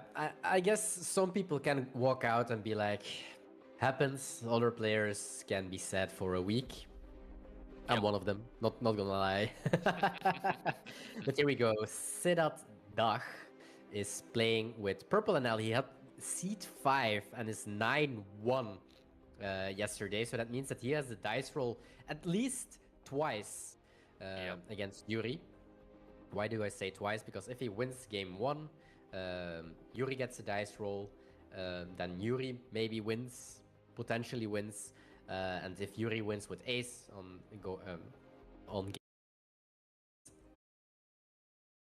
Yuri gets a dice roll, then Yuri maybe wins, potentially wins. What? Yeah, I don't know. It's Lucy. Lucy is a very tough matchup as well. But I can imagine it's also good versus Lucy. Lucy is a very tough matchup as well for Ace, and being able to -4 and to KO a Rebecca, for example, I can imagine that is pretty good because this Fire Fist works the same as well. This Fire Fist reads give up to one of your opponent characters -4,000 power this turn, and then if you have 2 life cards, then if your life cards has 2 cards or less, KO up to one of your opponent characters with a 0 cost or less. So you can basically go -4k on a Sabo and still KO like a Rebecca, for example. Yeah. So I can imagine in that case it might be very good. But here we go, we started. Top 16. Yep, so start off by Shura, and then classic Ace star is 2 Searchers. So the Garp got the Zoro, and then Izo there got the Josu. So looking good for turns 3 and 4 if we don't have I Am Whitebeard. Got nice back-to-back plays. Just an 8k swing. Okay. 2 Zoros left.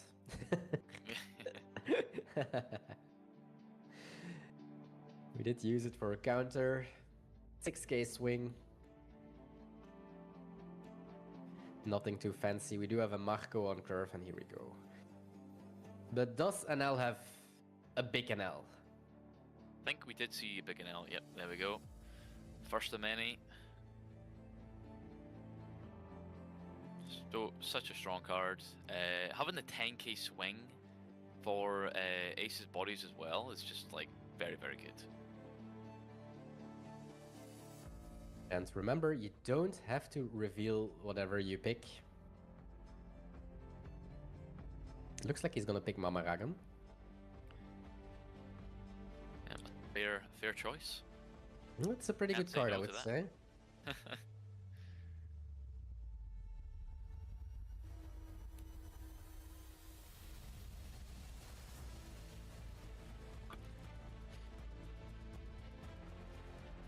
So you got a lot of the tools in hand. You've got Kitten there. We're going to use to cycle. Drawn into an Ohm to Mama Ragan. Drawn to Wants to another get Mama Ragan. through. All right, never punished. I another one am good to go. curious if he wants to get rid of the Marco, because this Marco is only drawing, in a way, 2 cards. There's no Dawn on leader, which is quite relevant. Yeah. He's gonna use his Izo already. I understand, because using this Izo early is most of the times pretty good. However, sometimes, and I think his main reason is the El Tor. That's why he wants to use the Izo ASAP. But some players don't use Izo instantly, and their main reason is that Josu can bounce back 2 bodies. So Yeah. okay, so we left the Marco as it is. We decided not to kill it. I think the Shura swung into it maybe. Or no matter what, the 2k counter was used, so who knows where it actually Okay. went, but, One Dawn on leader. I think we are going to play a second Marco.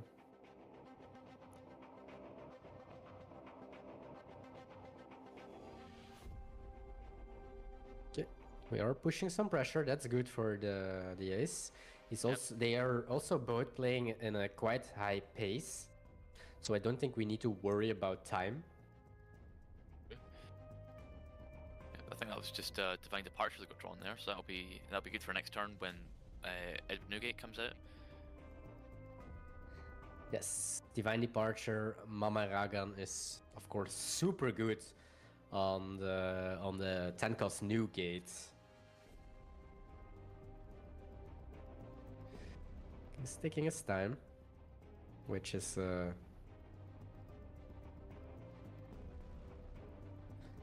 Yuri decides to stay as healthy as possible, of course, as long as it doesn't cost too many cards.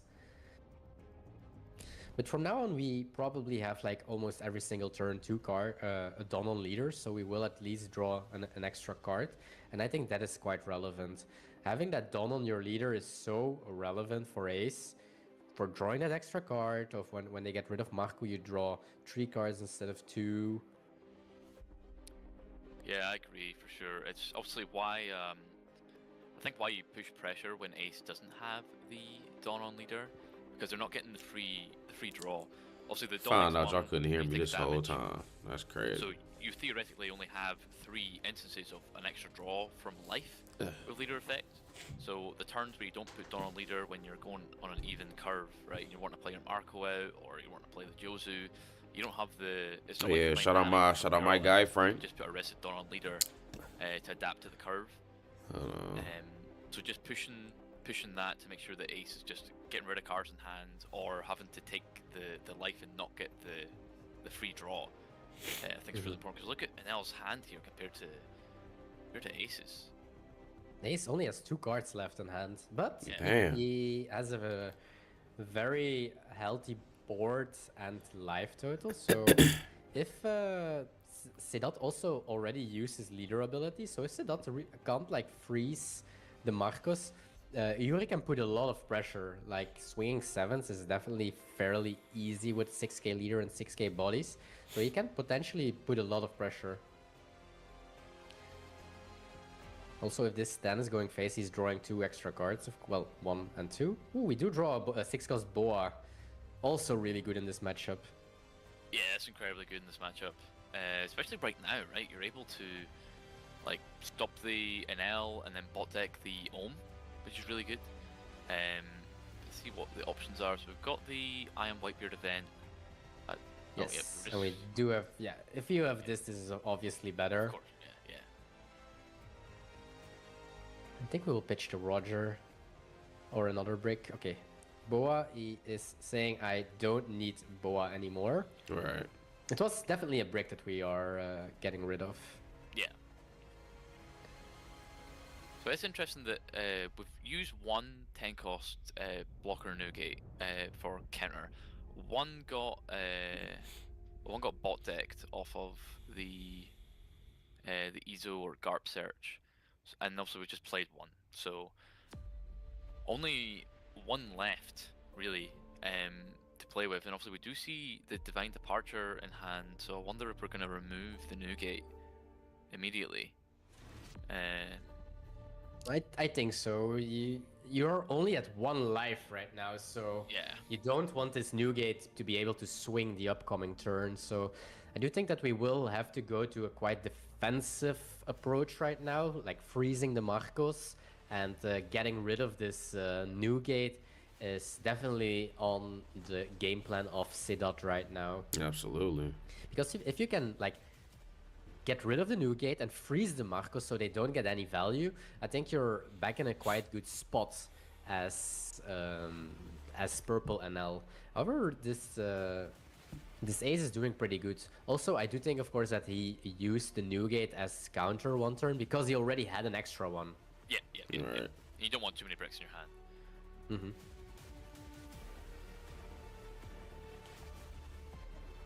But yeah, I definitely think Lightning Dragon, Divine Departure, Mama Ragan, Newgate, and start swinging. I don't think we have the El Thor though, so we don't have the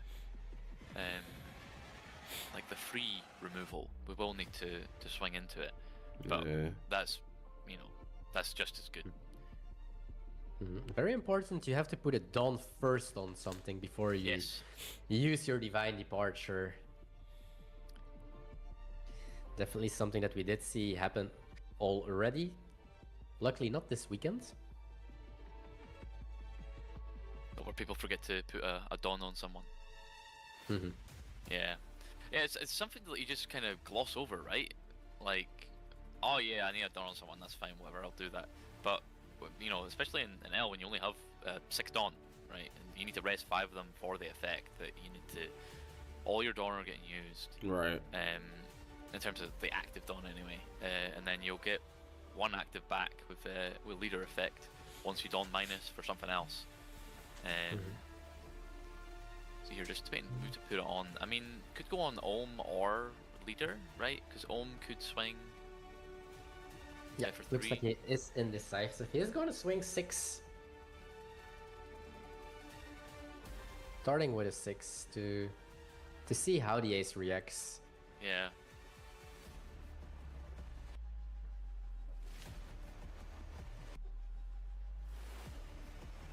Yeah, free block here with Newgate was maybe a little bit...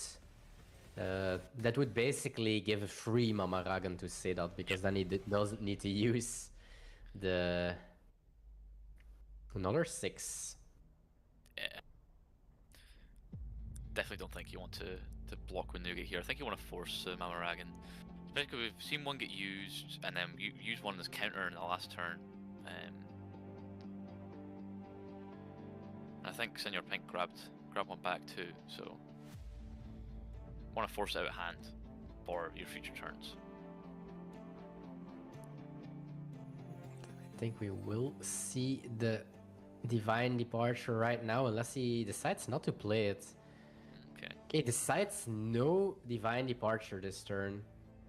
Well, could still play it, right? Could like Very or Lightning Dragon Dom, then use Leader Effect and forgo the 4 rested. In a way, yes, sure. Yeah, I don't think that's good, but I mean, like, it's possible to still do it. I'm very curious on how we will approach this turn. Since we started attacking first, we did already the -1, so it's 11. So it's still out of range of Gamma Knife and Mama Ragan. Yeah. But it's good that he's taking his time, because we are playing, of course, the winner gets a serial Luffy and a top 8 Mihawk.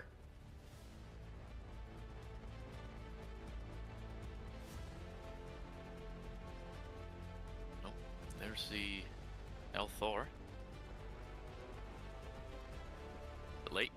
Would have been nice removal there, but leader ability now, so now 14 then I'll be swinging for. Yeah, but where is he gonna swing? Like on Marco? Yeah, we've not seen Lightning Dragon yet, have we? So if we swing live, we are dead to Roger. So yeah, he can't really like. Is he gonna swing on Marco? Like,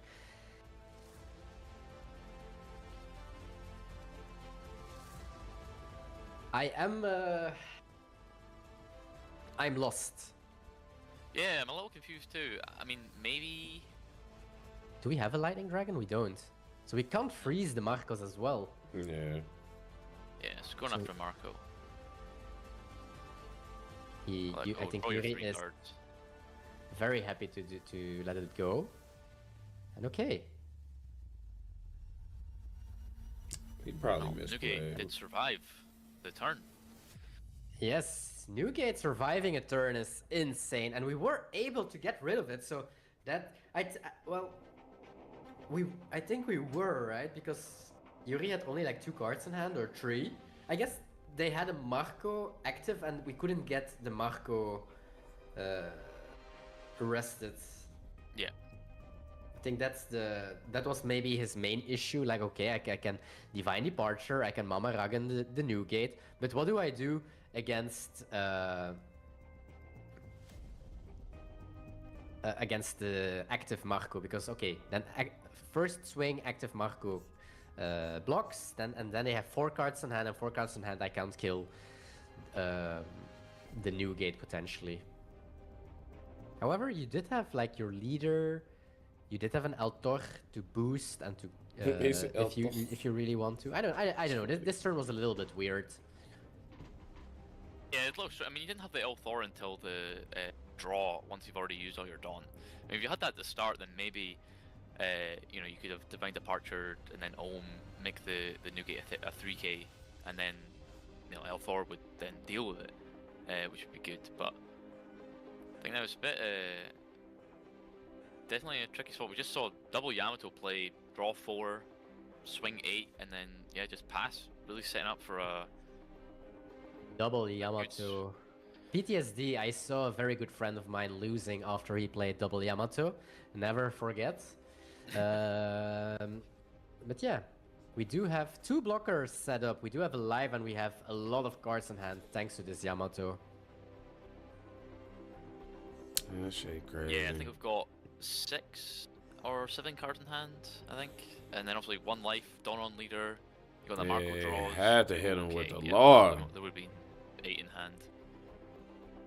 Yes, sir. Here's Pluck a them lot top of the bitches. start. Yes. Ooh, double 2 2Ks. Nigga, fuck that. Okay, double 2k, that might be rough. However, still 2 blockers up, Dawn on leader and a life card. This is still very far to get there for the purple NL.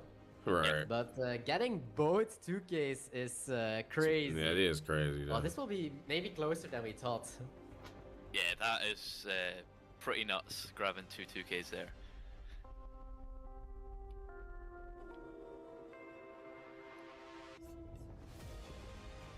Still, we don't really have a lot of cycle. Like, Can we even minus 1k the Marco?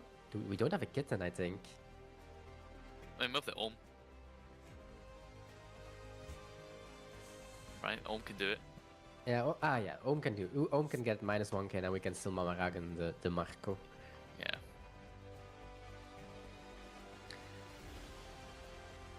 Really thinking here. Getting 2-2Ks might put a damper in your initial plans. You're like, oh, okay, maybe I can be more aggressive than I thought here. But it was swinging 6. That's a So leader there's- ability. Leader effect for another 2K. It's a shame it didn't grab that. You know, you still have the raw 2Ks. Yeah, it definitely was a nice grab from him. Double 2k. Yeah, this is such a tough situation here for Purple and L, because if you push the ace to 1 life, then you're really worried about Roger. And it's exactly what we see here, right? You got to play passive. Just a pass? Ooh. He can't attack live because of Roger. He needs to respect. And decklists are open for these players, so he does know that there is knows, yeah. double Roger in the deck. Yep. Damn, man, this nigga board is so Okay, more crazy. Marco. Another Marco. And we've got the bow in hand now too, so could maybe play that this turn if we fancy. 6k swing. What is the turn that we planned out? Yamato Marco again?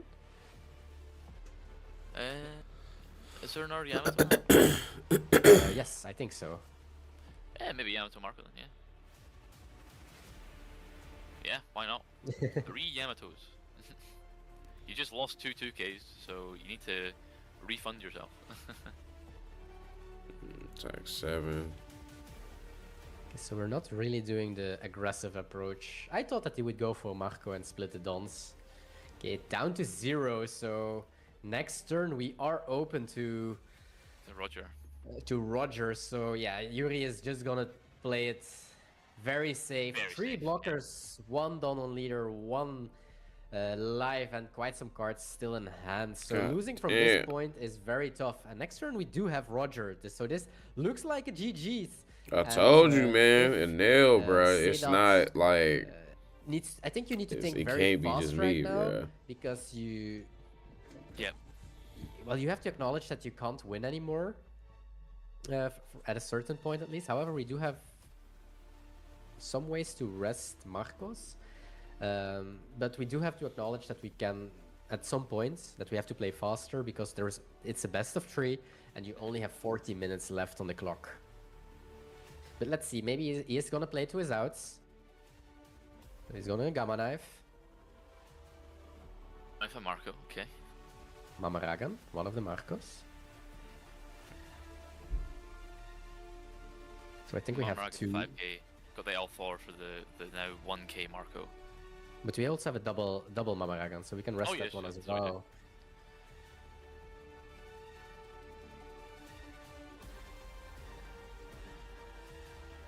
All the Still have- dices. Yep. Still 3 Dawn, obviously 4 active Dawn with leader ability if we choose to use that whenever, but. Okay, another Mamaragan. Okay, so only 1 blocker left. That this is an 8.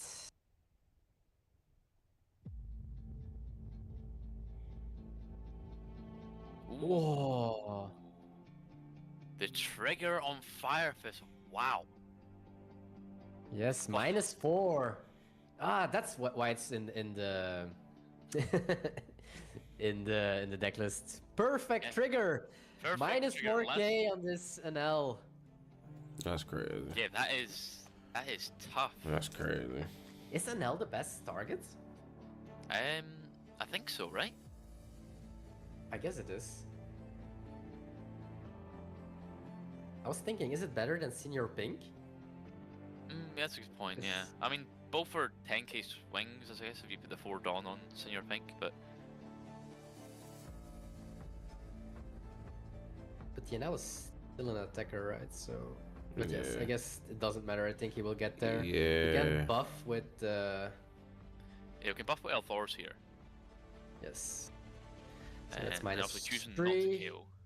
minus 2. That's now an we're an 8k right now. Still a Don left. I think we'll go 8-6. Oh, wow. We are fully. Oh, what? We still lost this game. That's crazy. We Yeah. still lost this game. Oh my god. I told you, Whoa, bro. That shit. Whoa. I'm Damn. flabbergasted, All, bro. That is all unfortunate. bricks. Oh. Oh. We played 3 Yamatos. Yeah. It draws so Oh. many cards, and we still lost. Oh. Oh, wait, hold on. Wait, hold on. That Wait. is The Anel mental. won? No way. Wait. The Anel won? Wow. Hold on. Wait. Whoa. I'm tweaking. I'm hating. Hold on. Yanel's still an attacker, right? So, but yes, I guess it doesn't matter. I think he will get there. He can buff with Yeah, we can buff with L4s here. yes. So And that's then minus obviously choosing not 3, to KO. minus 2. That's now an we're an 8k right now. Still a Don left. I think we'll go 8-6. Oh, wow. We are fully. Oh, what? We still lost this game. That's raw. That's crazy. We That's still right, lost you this still game. lost Oh that my bitch. god. All right, hold on, y'all. Whoa, Give me I- 1 second. Whoa, I'm damn. flabbergasted. That is all unfortunate. bricks. Oh. Oh. We played 3 Yamatos. Yeah. It draws so Oh. many cards, and we still lost. Oh.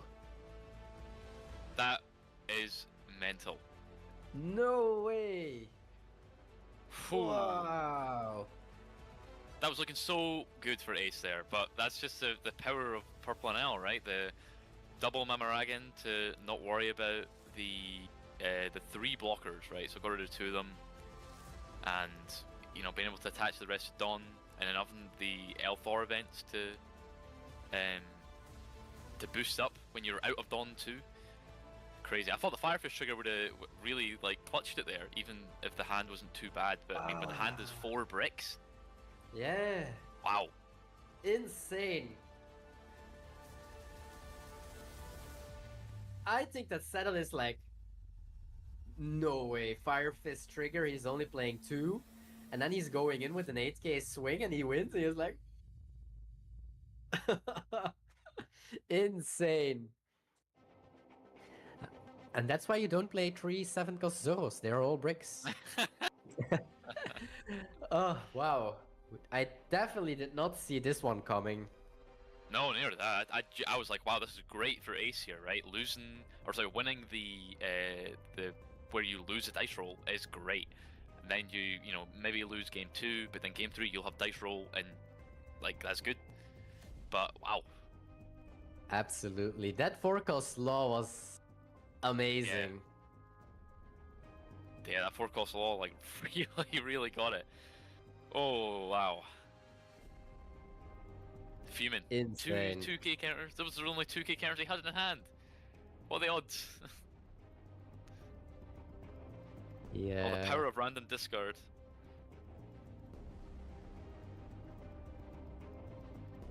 Really strong. And okay, we are going to game 2. Purple NL versus Ace. Purple NL played perfectly to his out, so... and that out was Ace is bricked up, and he got rewarded for it. Yeah, I mean you had to go there, right? Because you're at 0 life. The Roger's gonna come down. You need to use your blockers are useless, so you may as well swing with them. Yep. And yeah, wow. The Elthors, the double Mamaragan, everything was just great there. Okay, game 2. Remember life? It's pretty good having life. Yeah, pretty good. Alright, so... Does that grab Marco? Yep. Well, we saw 1 Firefist go away there, so there's 1 still in life, maybe. I do see double 6-cost Boa in hand. That might help this game. Also, we are going first this game, which is also a little bit better for us. Mhm.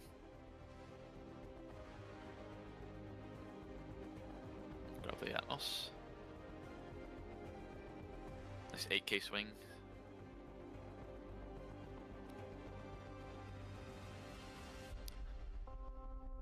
They're definitely very well played from Sidat's side. And ooh, here is the Holy. Scary card. Yeah, scary card for sure. I think that was Kitten and Satori there, so yeah, both of them on the bottom. Yes, another 6k swing. Leader effect -2. Oh. Safari into nice draw from Mamaragan.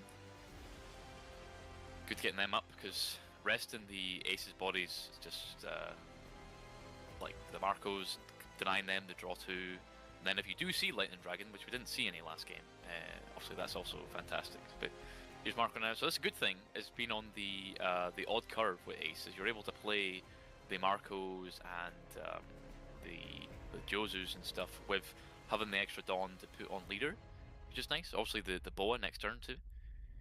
Mm-hmm. I like that both players keep a high pace for this game as well, because they do know that they're playing a best of 3. That last game would not come potentially to time. So that is definitely super relevant. We do have the Kitten, -1 on the Marco. To the Mamaragan. And this Holy might be a very big swing to life. Yeah, I could see it. I think in best case scenario, he can -1 Dawn more for the full potential of his leader. Well, he still has the full potential of his leader, never mind that. And then he's gonna swing a very big swing with his Holy.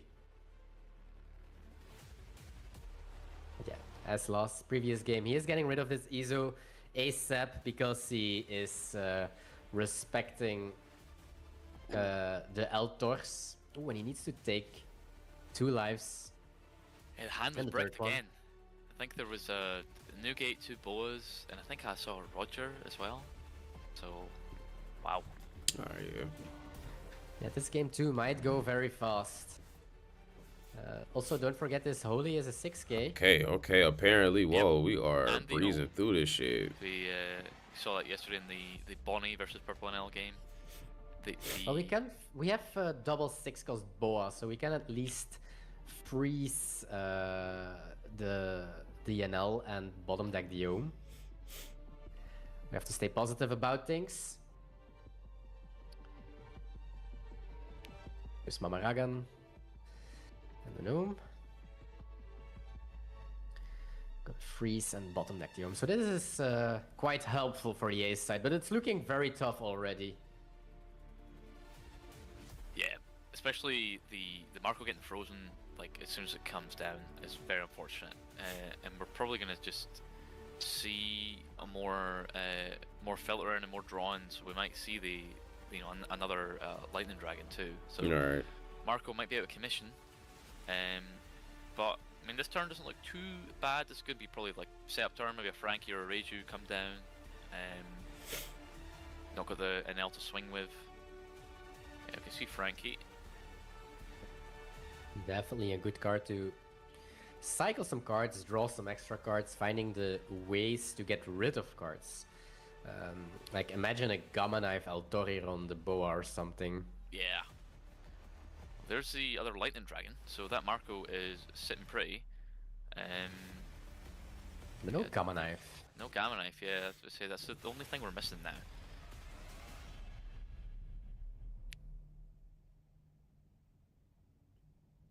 It's this Boa to able to survive 1 turn.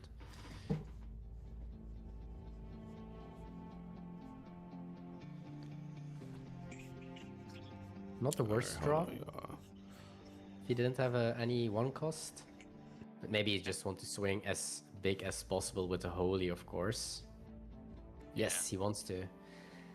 Time to pressure.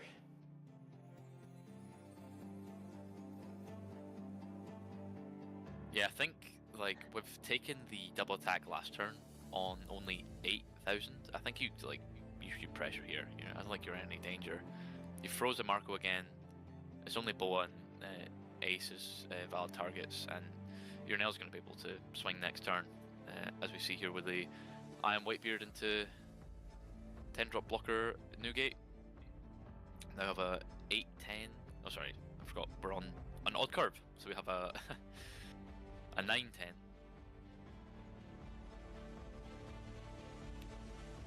But they do have Divine Departure. Yeah. But we used the Mamaragan already, so maybe. Okay, there is the Sniper Law, I'm gonna call him. Thankfully, I don't think there's enough cards in hand. I think we only have 3. So even if we take life, we're only going to go up to 5.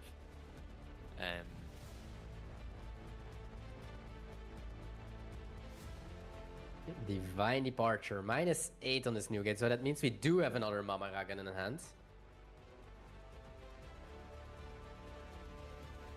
Or just in L4, right? Or are we gonna minus even more and then just L-Tor it?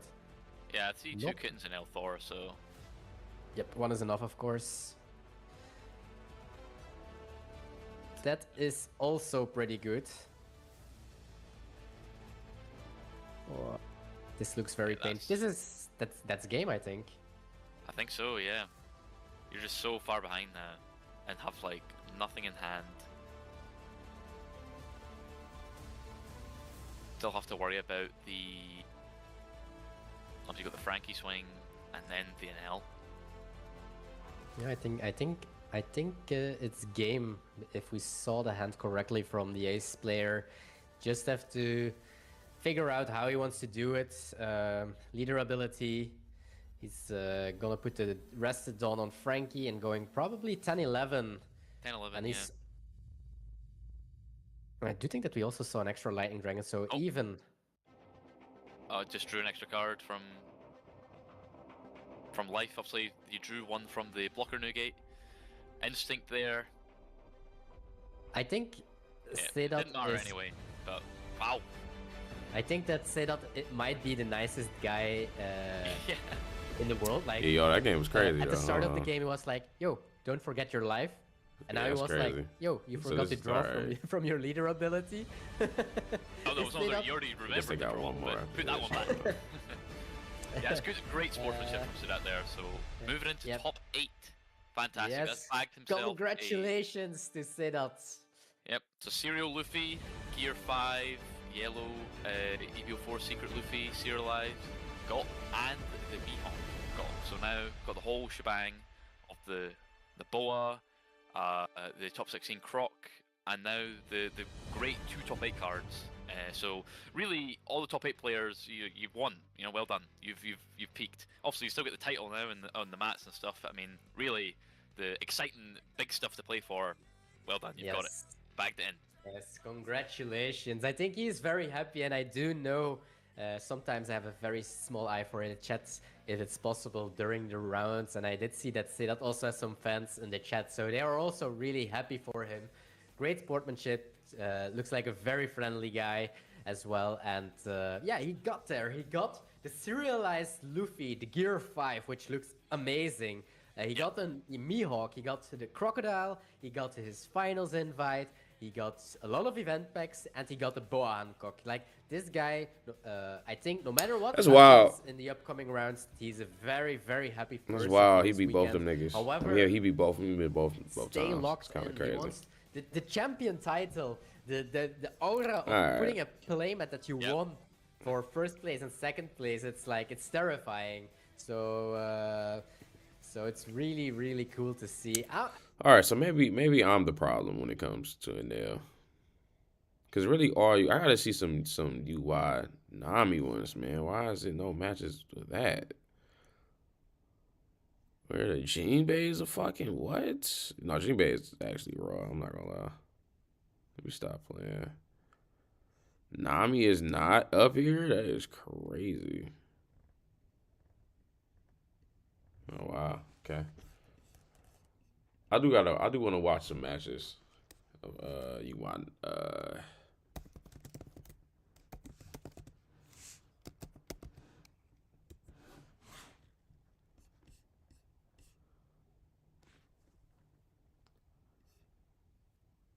Oh, it's the Lyell finals. I guess we could watch that. I was over a little month ago. Same people. Okay. Of Let's go back to band. Let's go to Lyell. There we go.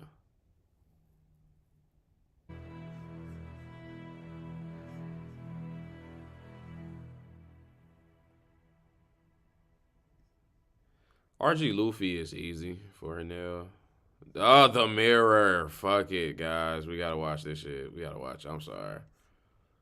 Y'all gonna be sick of me. I don't give a fuck. But that's a couple of interesting things here. Maggio just beat a Nami and now is against it again.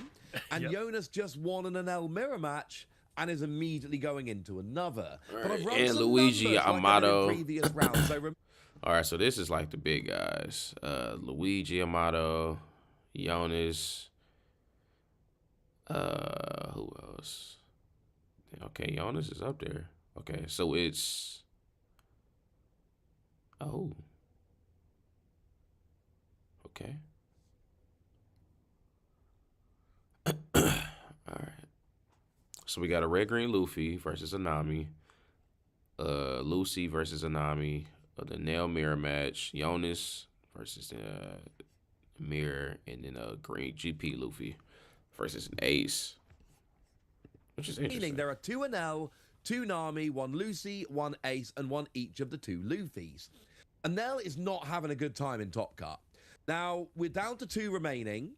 There was 1 mirror match in the previous round. But in non-mirror matches, Anel went 1-3. 1 win, 3 losses in non-mirror matches in the previous round. That means in Top Cut in total, Anel has won 3 games, not mirror matches, and lost 8. That is just over a I think this is quarter. Wasi plays too. Nami went 2-2 in the previous round. Lucy went 1-1. And the only singlet deck we lost was Yellow Anel. So we are going to be heading down into our feature match here. And just double checking that we have got the one we are expecting. We're expecting an Anel mirror. Yep, absolutely.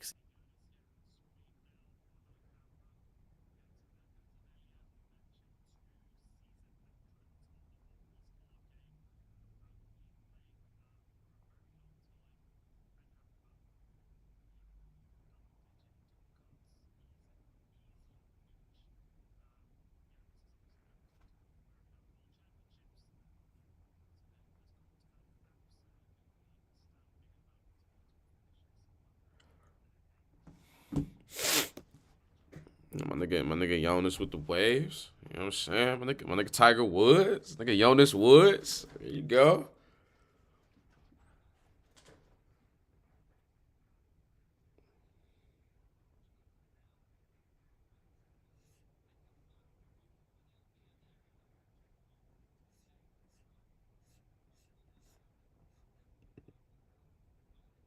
Uh-oh. Hold on, y'all. Did this shit just freeze on me?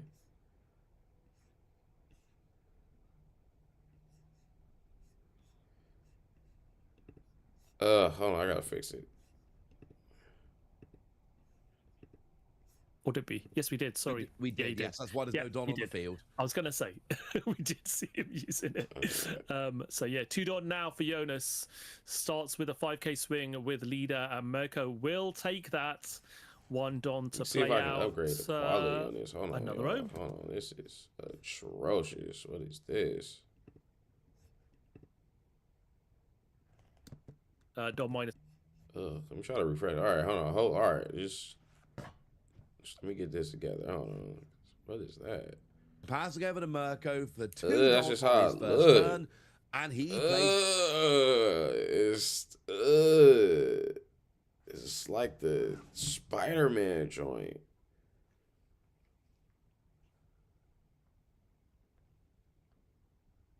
Yeah, hold on.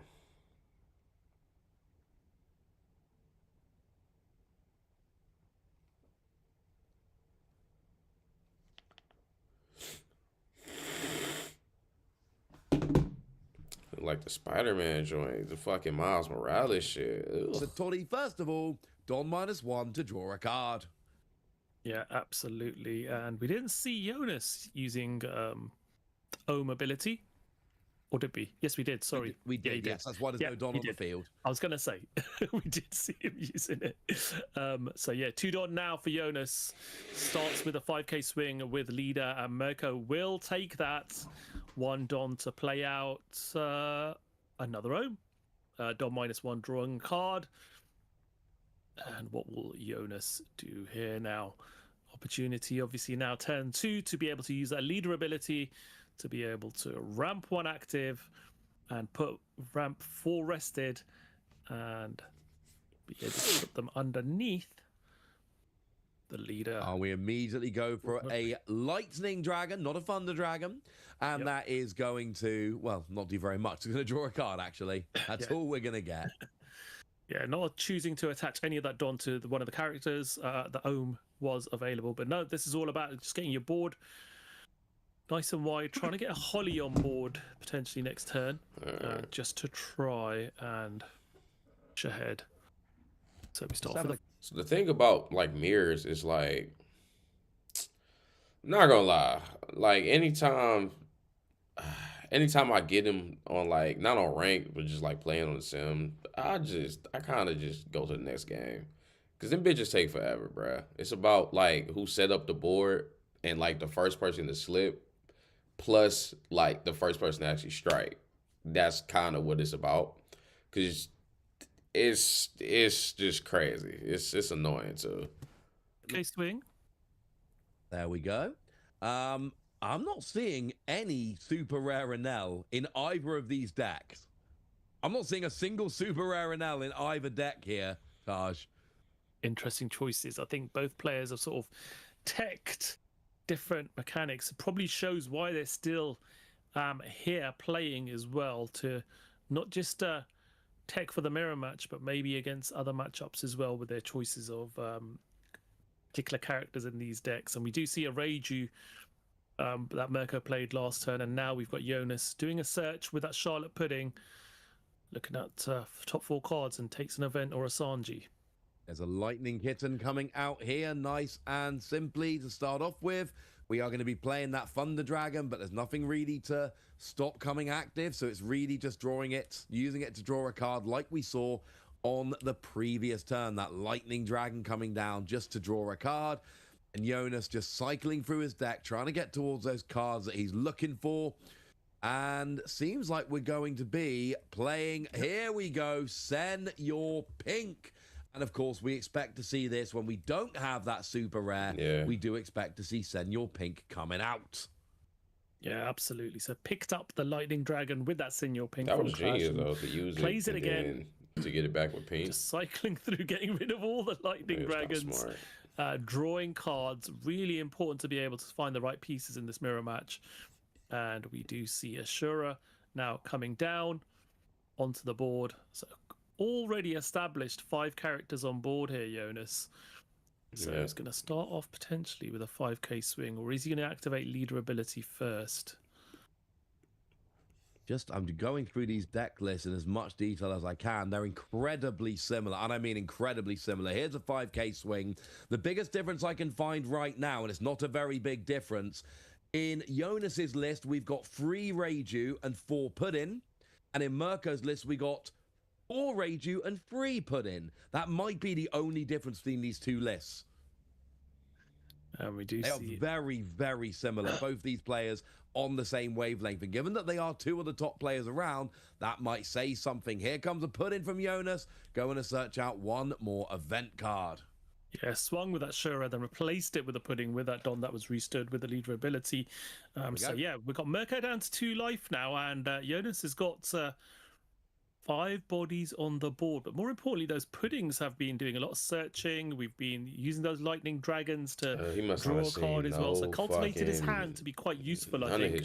So should hopefully have the pieces he needs going forward to really start to impose some pressure.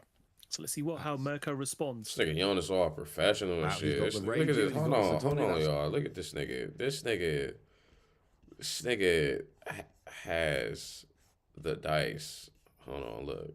Let me exit out of here. Look at this nigga. This nigga got the dice on his fucking life. You know what I'm saying?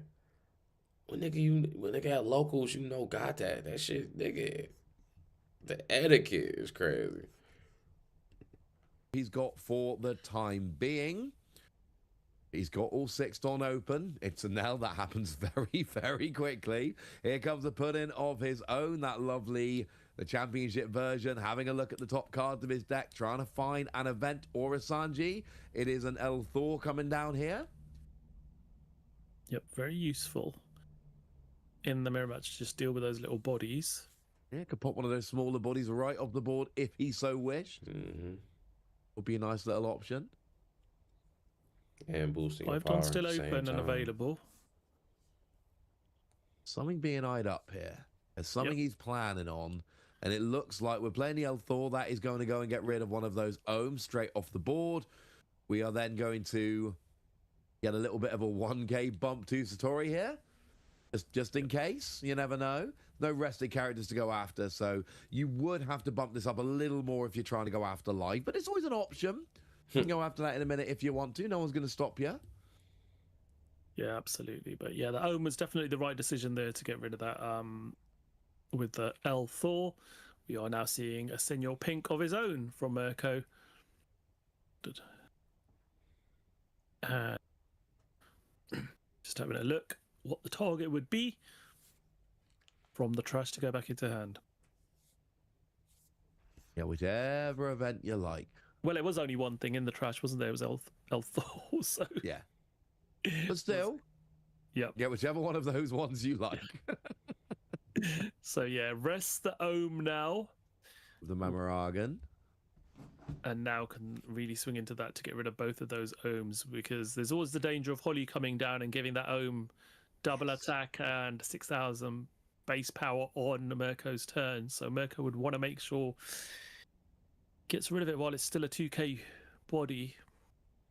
Yeah, absolutely. And that's why you want to get rid of that one, because when you start combining it with Holly, that's when things can get really annoying. And then if you slip into a double attack, one double attack going through can honestly be, it can be all it takes to swing the mirror matchup, honestly.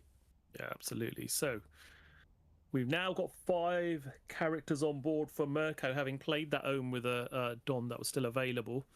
And now we do have the ability. There's an El Thor coming down. Yep, El Thor. That can go and take something out. We see that is going to be the put-in, or at least one of the put-in. That's a 1k bump to your leader as well. That's going to be a 6k swing coming down in a minute. We are now using the leader skill. You get 1 active Don, up to 4 rested Don, and then attach up to 4 rested Don. So Satori here is now a 7k. Yep. But I don't think you're attacking into Ohm See, anymore. I but think you're look, going man, into do you all life see for how the that. tables Well, just first you fucking gotta deal with the flip? Ohm. Into Ohm. Yeah, Nigga. absolutely. Deal with the Ohm first with leader, and then do the 7k into life. The table just Well flipped. taken. Yeah, once you know that That's what I'm Ohm's, saying. safely out of the way. And we've seen Jonas go from 5 characters on board down to 3, and we've seen Mirko literally go from 2 up to 5. To so it's almost 5. flipped over in this one turn. That shit crazy. Like I watch an old Sakazuki games where we'd have those wild swings of characters every single turn.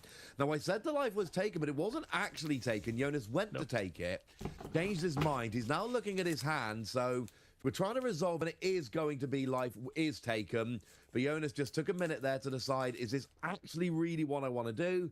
Decided it was, and then we're back over to Mirko, playing that Satori. Still in the middle of his turn here. Got a couple of options left. Well, not many options, to be fair. All right. He's done quite a bit this turn. As indeed, yep. Might be passing.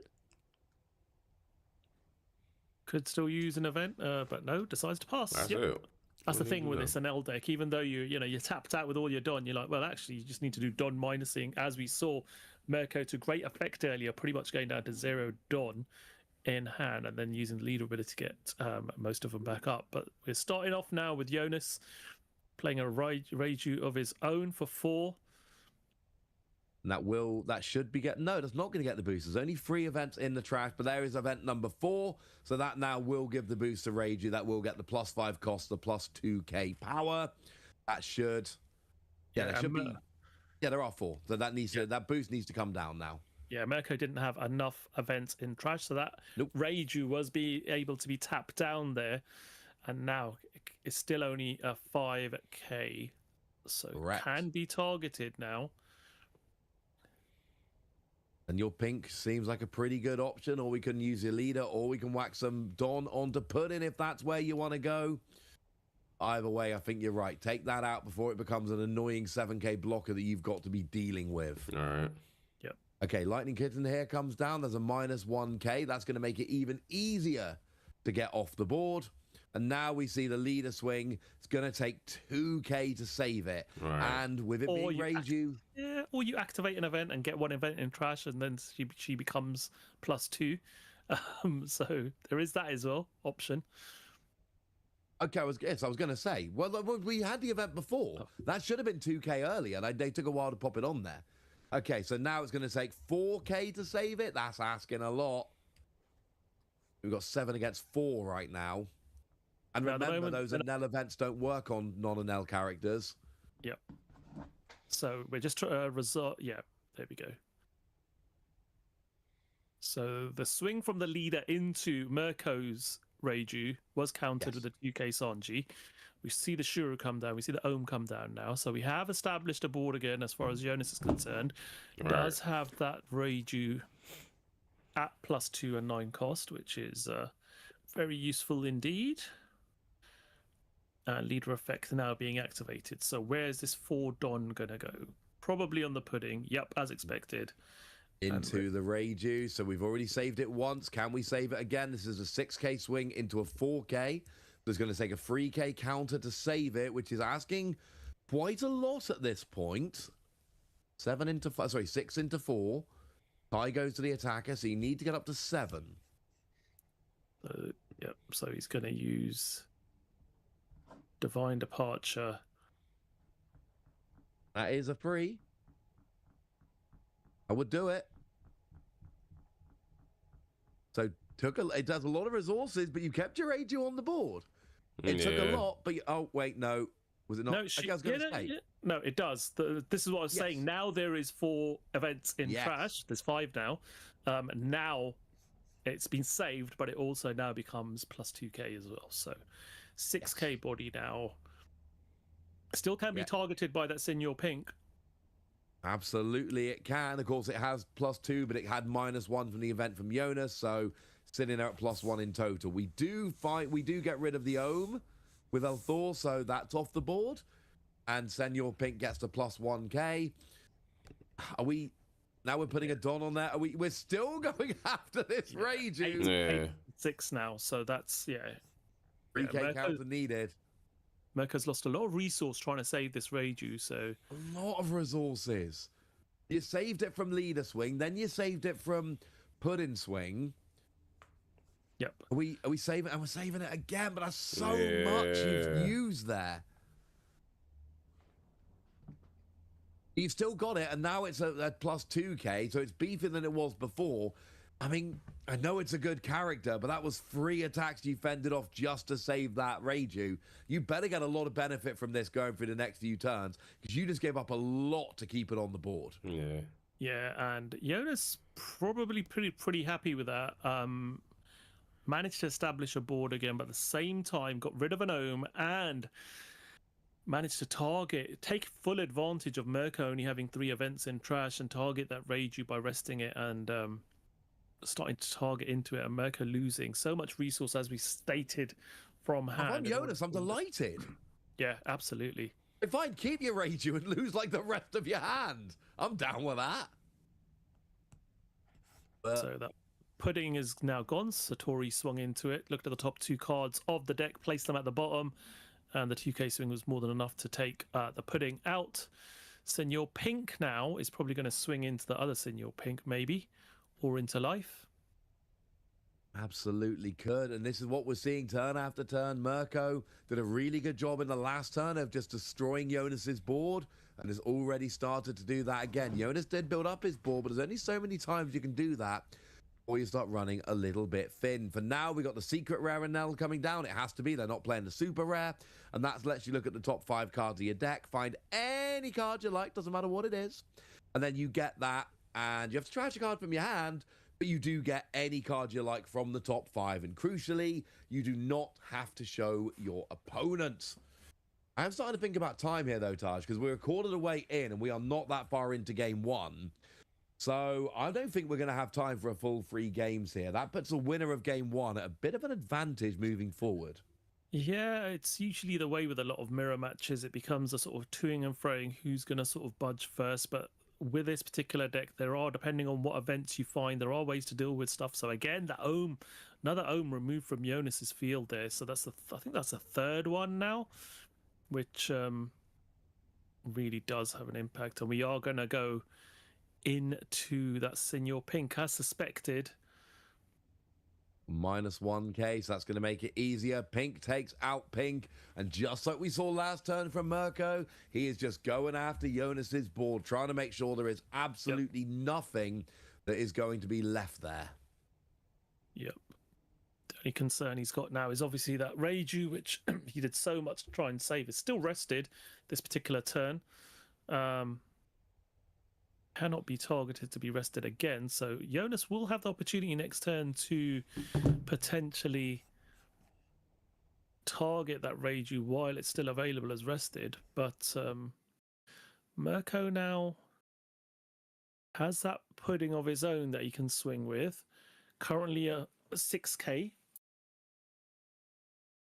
And start maybe, I mean, we can't go after the Reiju of a 6k, but we beefed it up. We're going for 6k, and that is going into life. That is being taken. 2 life remaining now for both players. Both players with 2 life before they lose this game 1. No prizes on offer for getting to top 4, but it does get you 1 step closer to winning. And there are prizes for the final, of course, and for top 4. You need to win this game if you want to be carrying on through this event. Jonas, come from the US for this. You know they're hungry to take home this title. Yeah, absolutely. So another Senor Pink hits the field. Does get the... I always forget. Mamarigan? Is that... Mamarigan? Is it Mamarigan? Yeah. Mamarigan. I think that's what I'm saying. Yep. Mamarigan. There we go. Either way, it's down. We've now got the... Yeah, we're resting down that Enel. Yep. After using the Gamma Knife on it to reduce it down to 5,000 power.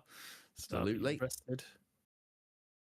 Now we're not really swinging. We're just passing back over. It looks like we're passing back over. No, we're not. Sorry, we're pointing at cards. We are now using the leader skill. That is going to get an active and 4 rested. The rested all go on to Shura. Shura is going to get a 6k swing into that rested Enel. And that was I love that play, because you're basically saying to your opponent, do you want to use resources to save this? Knowing that I've already kind of made it so much more difficult for you. And he goes, no. Yeah, reducing that to 4,000 power with that Lightning Beast kitten on top of the Gamma Knife really made it an auto choice that, no, I'm not going to save it because you can swing with your leader into it as well, required me to counter. So, dealing with a lot of things on board. This is sort of toing and froing, as we were saying from earlier on. Jonas now just having a look at what events have been used and are in that trash. That's the thing. When we got this mirror match, you know that everyone's playing 4 of all the events. Maybe you're not playing 4 Gamma Knife, but all of the 4 Enel events you're playing 4 of. Yep. So it's just looking through and then just trying to decide, okay, what have you used? What have you got available? Event-wise, both players are playing exactly the same. It's 2 Divine Departure, 3 Gamma Knife, 4 of all the Enel ones. So if you twig onto that, if you know what your opponent's playing compared to you, then you can have an even better way of, just knowing exactly what's left available. Yeah, absolutely. We're now swinging into life. That is being taken. Mirko down to 1 life remaining.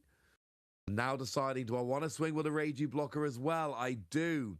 That is a 7k swing going into life again. Mirko, what does he have in hand right now? I think it's a huge amount. Yeah, there's a lot of pressure here by Jonas now. So Mirko needs to make a decision here. He was targeted at life and he decides to take it.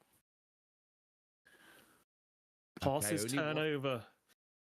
One swing to win. Jonas in the driver's seat here. Got a nice board of characters. He's got Senor Pink and Reiju, both of which are decent attackers. Does not have a blocker up this turn, and still none of the Enel coming down from Jonas, whereas Mirko's been able to see them. Jonas not so much, but it hasn't really seemed to hinder him very much. So Mirko needs to do what he's been doing before. He needs to go after this board, play a bit of defense, but he also needs to try and make sure he can keep whittling away at this life. He's got 3. Can he get another 1 or 2 this turn? He needs to keep up in the race. Absolutely. So let's see how he's going to formulate these swings now. So starting off with an 8k swing with the blocker. Targeted at life, and that is taken. Okay, so there's one job. Reiju 8k swing into life. That gets taken.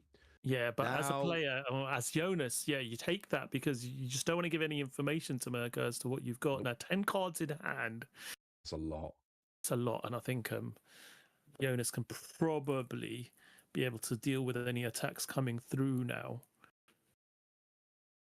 If you think you've got game next turn, you can even give up 1 more life to give yourself more options. It's not the end of the world. Your goal here is to survive, but then it really depends. Do you know that your opponent isn't playing any of the super rare blocker? Yeah. Now, we've seen 2 Reiju. That presumably means there's 2 remaining. And this is important because Mirko does play the extra Reiju over Jonas. He's got 4 of the blocker Reiju as opposed to 3. I think that might literally be the only difference in the deck, is that Mirko is playing -1, put in +1, that +1 Reiju. Now, we do see another attack going through. Jonas takes it. Can't take any more, so from now on, he's countering out of these swings or losing the game. But you imagine he's probably countering out of the swings. Yeah, so now it's more around how many Don minus events does Mirko have to be able to then instigate that leader effect and put that rested Don on potentially Senor Pink to try and swing for game here. There's one Don minus. Yeah, we've done 2 of those now. So that's enough. Got 4 Don in the trash now. In the Don deck, not in the trash. Sorry, not in the trash, in the Don deck. But if you can get that one off Reiju as well, that would be that'd be big. Oh, and you can. There's a lightning kitten, so there we go. Yeah, and absolutely right. So now you can get 1 active, 4 rested, attack to 4 rested, and be left with the 1 active as well. That's the difference by getting the 1 off the Reiju. Yep. We're now popping it on to Senor Pink. It's a big swing, but Jonas knows it's coming. It takes a lot to get away from it, but does go around, and Mirko picks up his card saying, if you can get out of that attack, I know I'm not surviving the next turn. Jonas, little bit of an eye roll there. Really close game, but does manage to finish it off. Came from the US and is 1 game up in this top 8. This winner of this game, it will be the last Enel standing from the biggest deck we had coming in, the most represented deck, 15 out of 32. Only 1 Enel will be in top 4. It's going to be one of these 2 players. Yeah, absolutely. So you can see that obviously early on we saw Jonas doing a lot of digging through that deck, getting rid of those lightning kittens from hand. So lightning dragons even. Yep. I'm getting kittens, dragons. I'm getting confused between everything. They're everywhere, mate. Yeah, lightning dragons from hand early on, just trying to keep drawing and drawing and drawing. Played 2 puddings quite early on as well, finding the pieces just to keep getting what was needed in hand, and pressure just at the right time there to push his opponent down to 0 life, forcing him to go for game rather than trying to clear Jonas's board there. So well played by Jonas, and Mirko did as much as possible there. That was pretty optimum as far as maximum swings were concerned, with most power, but not enough to get through, unfortunately. No, unfortunately not. But Jonas played that game absolutely beautifully there, drawing lots of cards, like you say, in the early game to have everything needed my at nigga Jonas the end. So Woods. Jonas in the driver's seat, one game up here My against nigga Jonas Mirko, both Woods. incredibly decorated players. You know, Jonas has been a US representative at Worlds, and that is, you know, the One Piece card game, getting to the World Championship. It's like 8 people from Europe or something. Oh, even less. That was the first Worlds, and I think we only had 2 representatives from North America. So he was one of them. I think it was him and Clyde, I believe, at the first World Championships. So yeah. Very, very difficult to get there. It takes a lot to get to Worlds. If you meet a One Piece player who's played at the World Championships, you know, some games it's quite, well, not easy, but in some games, if you're a really good player and you play regularly, you've got a reasonable expectation. In One Piece, if you get to Worlds, oh my goodness, you have earned it. But Mirko's list of achievements as well is up there with almost anybody's in the entire game at this point. Decks have been shuffled, decks have been returned. We've got life out for Mirko. Here comes a life in the starting hand for Jonas. And there is a fist bump, and we are rolling here in Game 2 of Top 8 of the Lille Regional Championships. Mirko goes first. No mucking about. Satori, draw a card, pass to Jonas. Yeah, absolutely. So Jonas had the advantage first turn to decide whether to go first or second. Mirko this turn obviously gets to go first, so makes the, Mirko on now. Second turn, 2 Don up, and can start using leader ability from this turn onwards. Yep. You got 2 Don out to start. There's your Satori, your Don -1. And then you can maximize your Don here. You don't want to immediately use the leader skill. Otherwise, you're not actually maximizing all of your Don. You want to get 1 Don down, then you put 1 active, 4 rested, attach the 4. Here we go. You make sure you Don minus a Don first. You get full value. Here is a 6K swing from Satori, but not before you look at the top 2 cards and rearrange them any way you darn well please. Yeah, rearrange them, either put them at the top or the bottom of your deck. So totally up to you what you think's most optimum at this particular point of the game. Will you want those pieces in hand very soon? If not, you just do what he's just done. Place them at the bottom of your deck.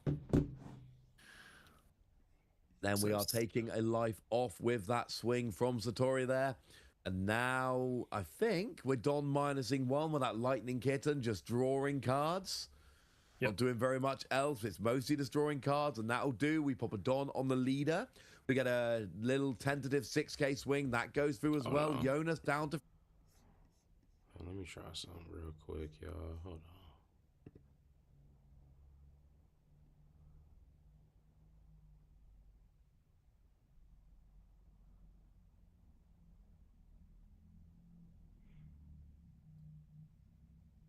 Cause I'm trying to trying to improve some shit. Hold on.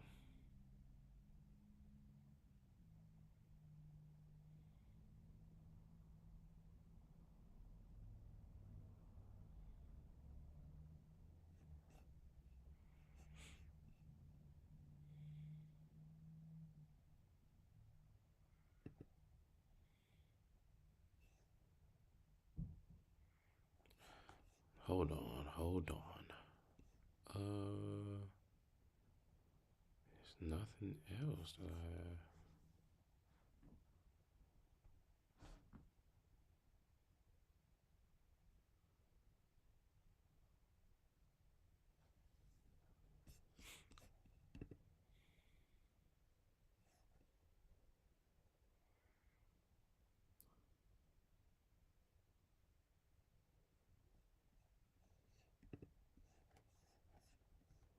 Yeah, fuck it. Let's keep going. Life. We have another Satori with another Don -1, another card drawn. Lot done by Mirko there. And then he passes over to Jonas to see what he can do with his 4 Don turn. Yeah, absolutely. So manages to establish another 2 Satoris on board there, but gets to get visibility of what's in the top of the deck as well, which is really important. So really good advantage there from Mirko, I think, early on, similar to what we saw with Jonas last time, getting a lot of draw power and being able to get an understanding of what's going to come next. Absolutely. So here we've got leader, getting the leader skill being used there, coming all through. Now we get the the L-Thor. That's going to take out one of those Satori there. And then, what else can we do with this? We can have a Senor Pink. That's what we can do with this. One of the bigger characters in this deck. We saw it used to great effect last game. And then we get a Pudding coming down to go and search for an event. Yeah, smart play here by Jonas, getting that big body and Senor Pink out very early on. Recycling that card back into hand, that was in trash, so keeping that hand size quite large as well, and then being able to L-Thor to deal with that last Satori that was on the table. So Mirko's 3 Satoris were all eliminated within one turn, and he's now established a 6k body on board as well. Not too shabby. Couple of updates for you from other games. So Luigi is 1 game up with Nami against Magyo's Lucy. Federico is 1 game up with Nami against Julius's red-green Luffy. And Ice Loom is currently 1 game down with green-purple Luffy against Tranafelice's Ace. Good day to be a Nami player. Yep, some good updates there for us from our team on the ground. So thank you, everyone. Oh, and Jonas is 1 game up against Mirko, by the way. That's the other top 8 game. Yep. So we are in our second game on all of 4 of our matches in this quarterfinal, where Jonas is facing off against Mirko. Yeah, so, looking like Nami and El Ace for now, but a lot could change. So we got Senor Pink on both sides. We've got a Charlotte Pudding for Jonas. Mirko here. Yeah, here we go. We are swinging into Mirko with that Senor Pink. Nope, that's Mirko's resting Senor Pink. Oh, thank you. Yes, it's got the -1. Now it's been rested. Now, was Senor Pink played this turn or last turn? This Senor Pink for Mirko was played this turn. So Mirko started this turn with 0 characters on board. That's what I thought. So establishing the Senor Pink. And now it would need to be a leader swing is what we're saying. If we want to take out the Senor Pink, it would need to be a leader swing from Mirko coming through here. Yep. Okay. 7K is that what swing. we want? Yep, it is what we want. The Senor Pink goes down. Mirko uses a leader. And it's like we saw back in game 1. It's just, I don't like your characters. Mirko's been playing board control a lot in this matchup. Now we get freed onto the Senor Pink. It's not going to do very much. We get an Ohm down. That is at least going to draw a card. And then we pass back over to Jonas. Yep, back over to Jonas, as you stated. So quite good board control from both players going on here. Not many characters sticking there for very long at all. Freedon being paid by Jonas. What is it going to be? It's going to be a Holly. Just wish you had an Ohm there, honestly. Lightning Kitten comes down. That's not an Ohm, unfortunately. But it is going to give a little bit of a bonus. Now we got the Magara coming down, or Magarana, however you're supposed to pronounce it. That is going to rest Senor Pink. And then, I mean, this could be exactly, we could be getting deja vu here. This is exactly how Mirko took down Jonas's Senor Pink. Right. Yeah, exactly. So let's see. It is a game of toing and froing here, isn't it? But Mirko does have the advantage that he's taken a couple of Jonas's life early on. We are now going to see Charlotte Pudding getting 3 rested Don and swinging 5 into the 5 Senor Pink. The Senor Pink has been reduced earlier on. It has been, and now we see Pudding swinging in, so ever so slightly different. It was a boosted Pudding rather than a leader. We see a second Holly coming down here, hitting the board from Jonas. Still no Ohm, unfortunately. Yeah, and L-Thor just dealing with that last Ohm and a 6k swing coming in with leader now. Not too shabby. Now, if you can get an Ohm down next turn, both of those Holly are going to have double attack. That is something I am keeping an eye out for. Yep, should be really interesting indeed. Oh, no, the character gets double attack without Ohm. I apologise. Yeah, no, Holly's always got double attack, but yes, it gives it's you just Ohm gets boosted up. It's not a dual card. It's, yes, thank you. Yeah.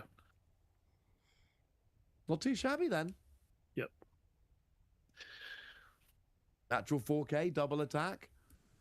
And 6k on your opponent's turn. So indeed. more difficult to get rid of as well. Is Mirko going to be able to get them gone?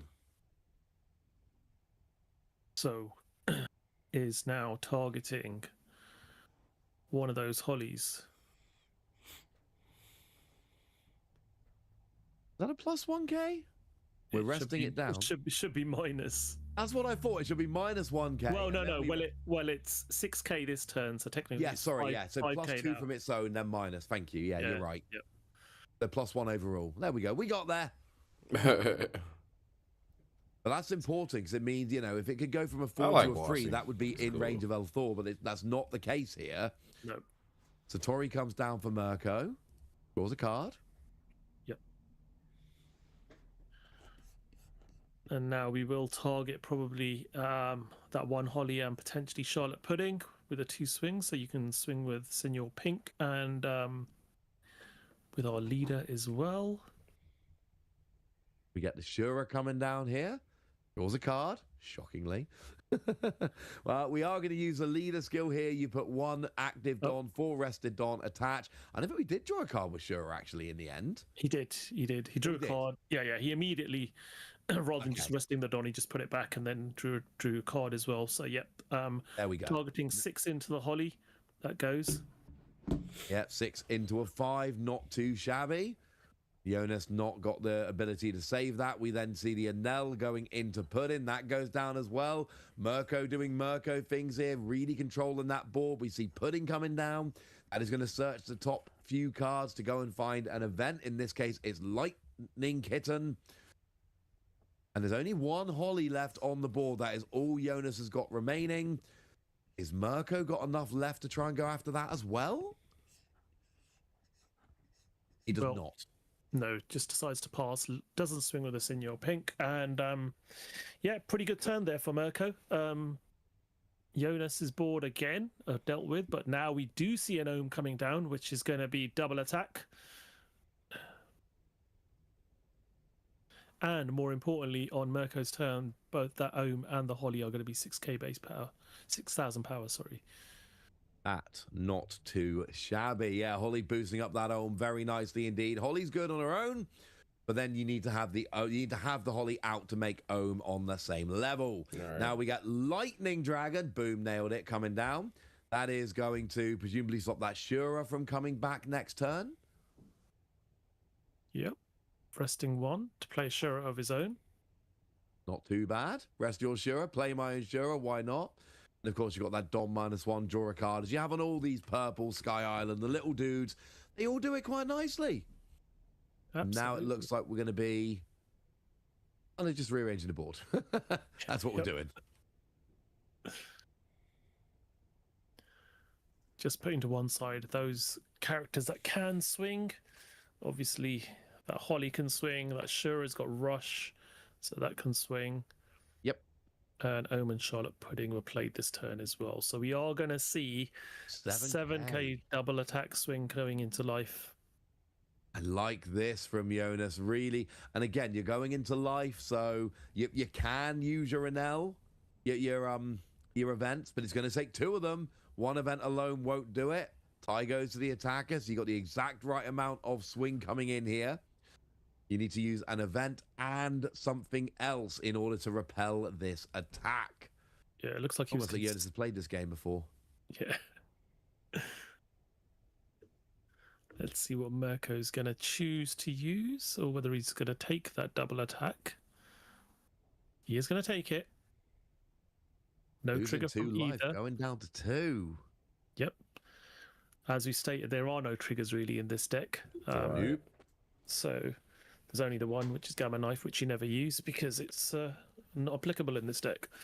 It's redundant. So yeah, you're absolutely right. There's no triggers. You get the card advantage. Getting 2 extra cards in hand is not nothing. But it felt like Mirko was at least kind of winning on the life up till now. But that double attack from Holly really has changed things around. Now we get a bit more control there. The Shura goes down to a Shura. And now Mirko's left with a Senor Pink, a Satori, and a Charlotte Puddin on the board. Now they draw to start their turn. Yeah, passes back over, back up to full 6 Don now for Mirko. And the target here, I think, is going to be Holly. And you get rid of that Holly, which then brings that Ohm back down to 2 as well. So You've got Senior Pink, so if you've got any more of those events, and that's the other thing, if you're swinging and making your opponent use those events as counter, then those events cannot then be used during your turn, and we've seen how good those events are for control, for resting down, for lowering power. It's been a combo of all of them as we go through. Satori is going to swing into Shura and take it down. Yep. There's one down, but it's not the big one. Nope. Jonas on 6 cards in hand, 3 life, and yeah, the Holly, like I said, will now be the main target after we've dealt with that Shura with that Satori attack. It is a 6k because it is your opponent's turn. Now here comes a Reiju, first Reiju of the game. Worth noting, we're down to 22 minutes remaining. We're into game 2. Game 3, we are going to struggle to get a full game 3. So Mirko needs to win this just to stay alive. And then it is going to come down potentially to a shortened game 3. Look out for that. For now, Jonas can just win this, put their place in top 4. But we got an El Thor coming down, I believe. There we go. Yeah, El Thor dealt with that Charlotte Pudding. Couldn't deal with the Ohm because the Ohm's a 6,000 power. Because of Holly boosting it up, absolutely. So bye, Pudding. Now we get an Ohm coming down on Mirko's side of the board. Goes and draws a card, as you would expect.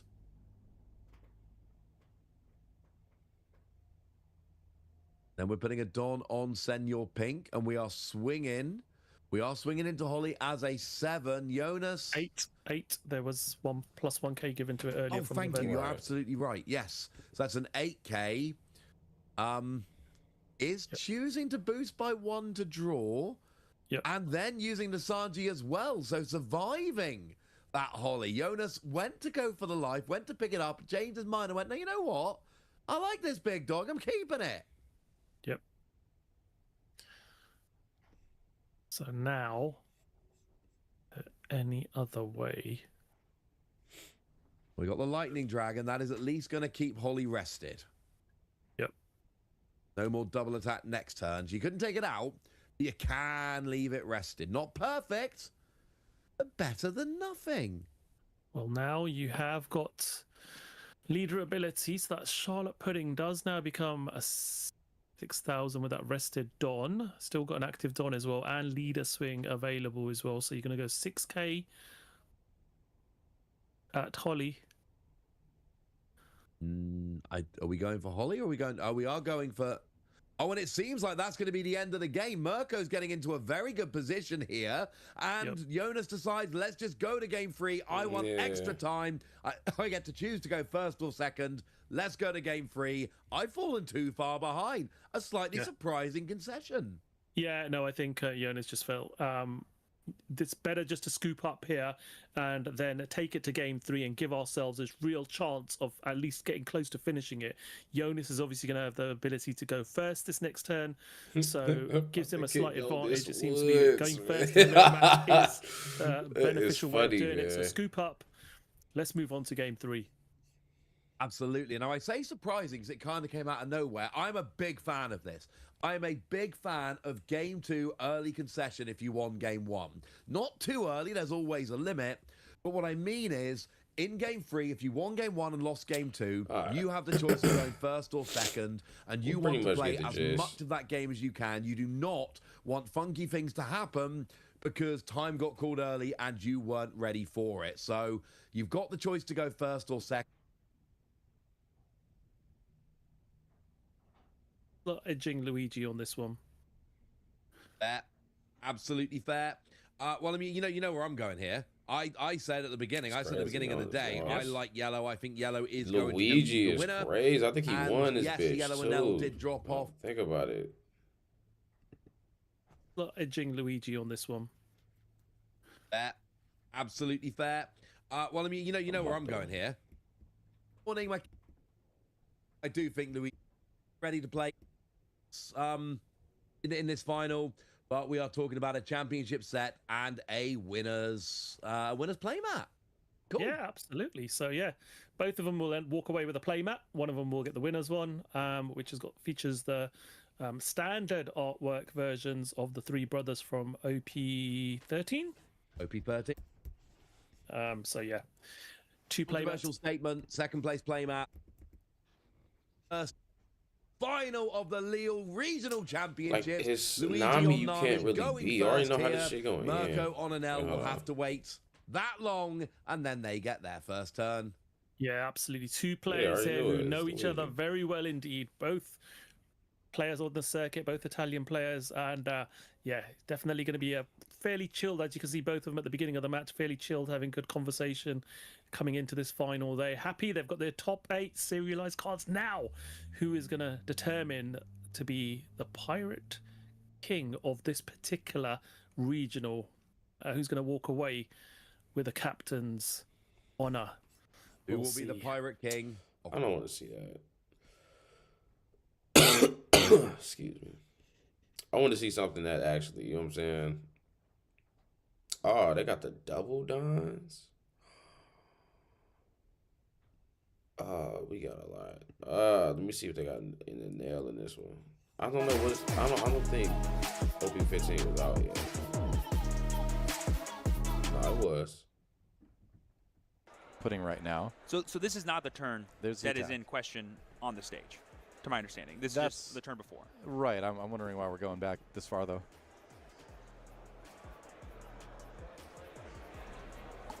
All right. Mamaragan with the -1. Oh, here we're noticing something actually. There we So go. here we have 3 Dawn. So this could be what they're talking Oh, about. the Mamaragan, Because is if supposed to be Alexander did not -2. begin his turn with 6, the plays that I talked about would have been not doable.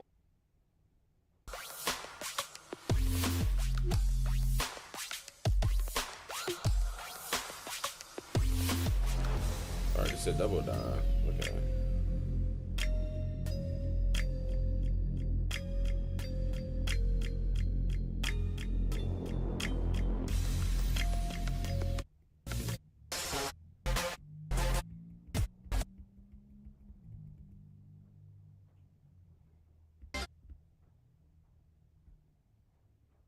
You know, their opinion on it.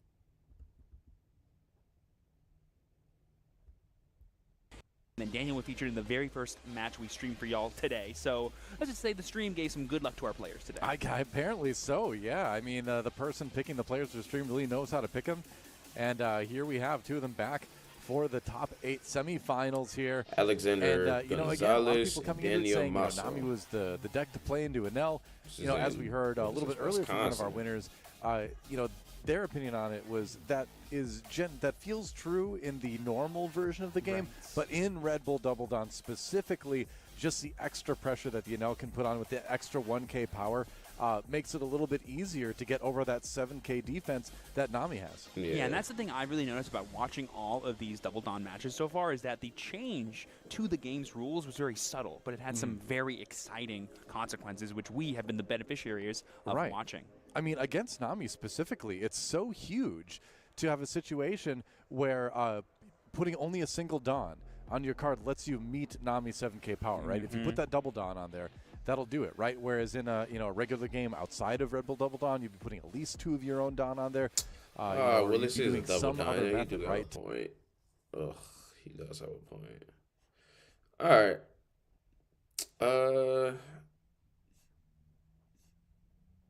Fuck. Let's see where we at.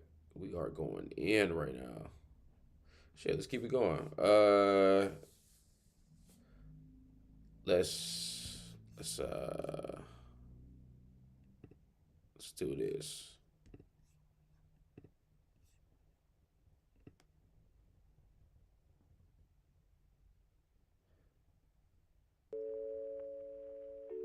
Let's do this. Let's break time for a little bit. I'm saying we still live, and then we're gonna get into some games. We're gonna get into some games. Games. So yeah, we told y'all we kicking it today. So yeah. All right. Let's get it.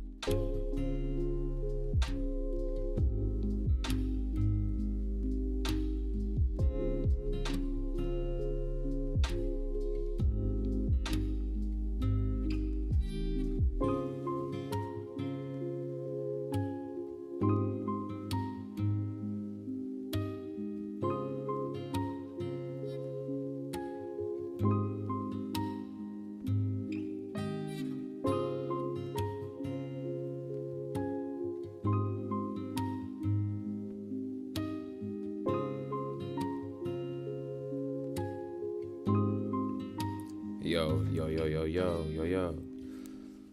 We have returned. Good to be back. Glad to be back. Let me see. What's jumping.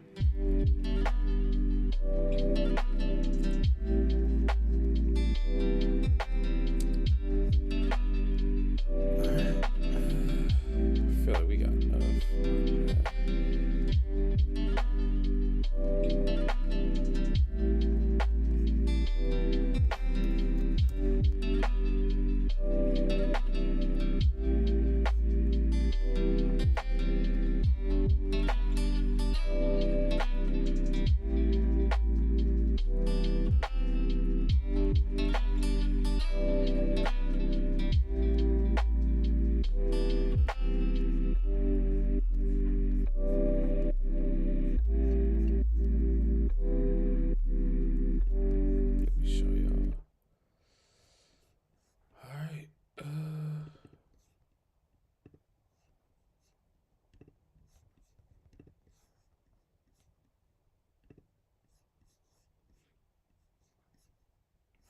Yeah. Let's get this on.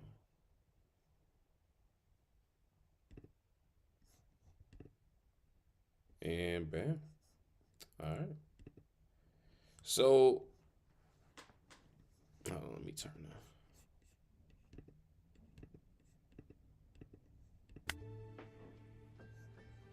There we go.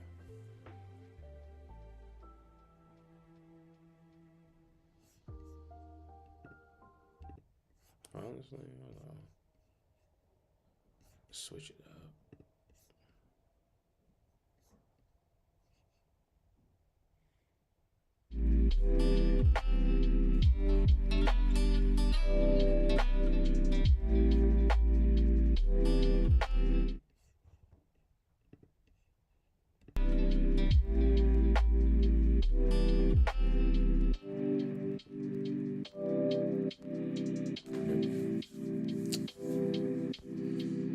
All right, let's do it like that.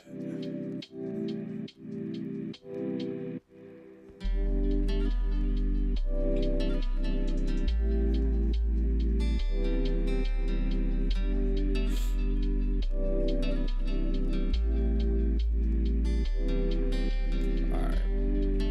So this is initially the deck we're working with. You know what I'm saying?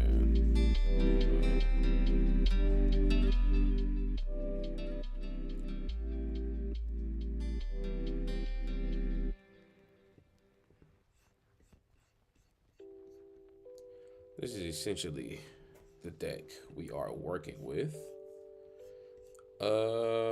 Let's warm up with a few games.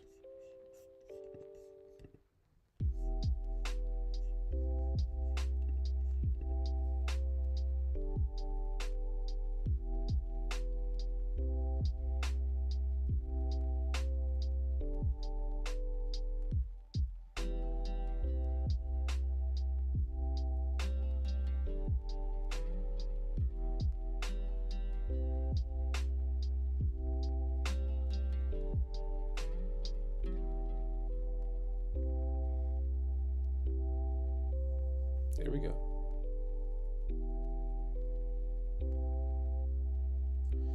I am gonna keep. Just because I got two big dogs, yeah. It's a pretty stacked hand.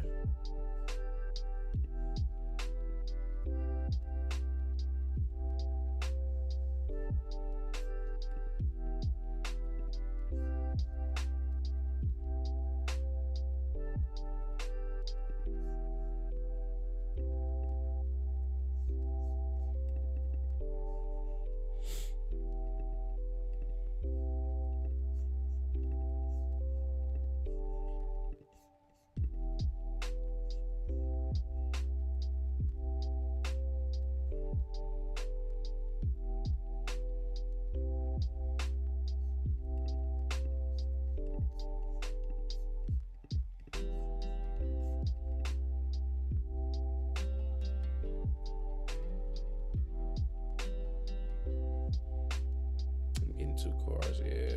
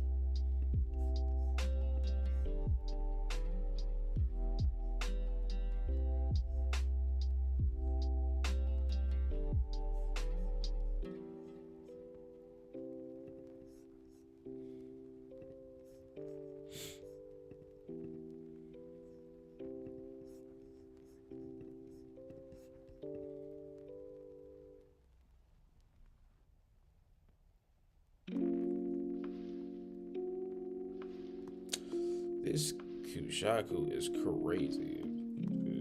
Damn.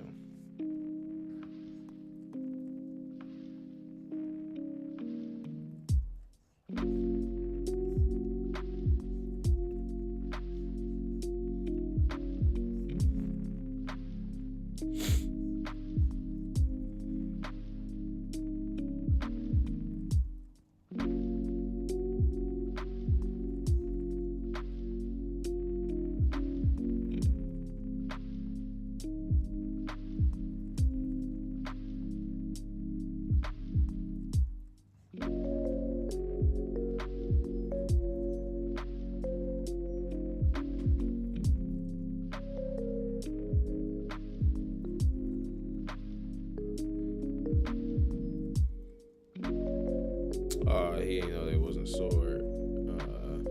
He should have did, yeah.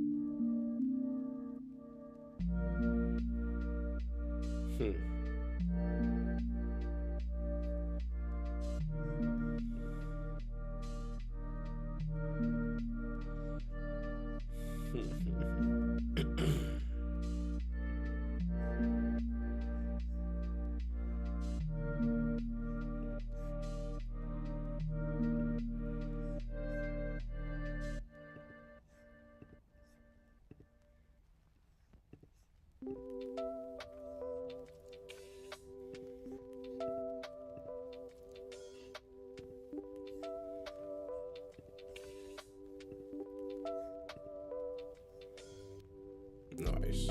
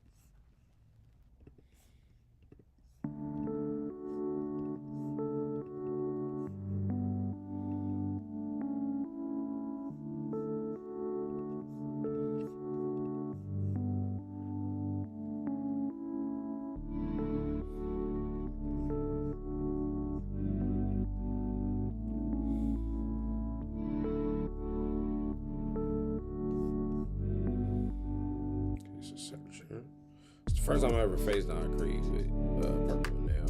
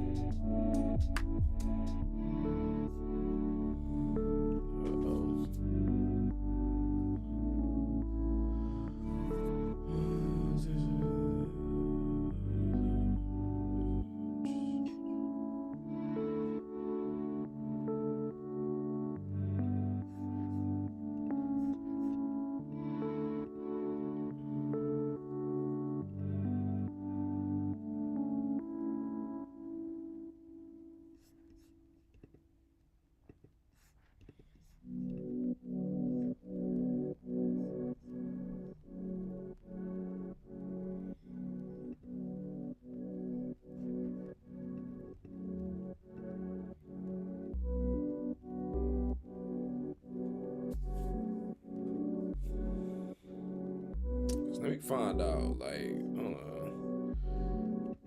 It's never my breezing through this shit. Usually this shit is very difficult.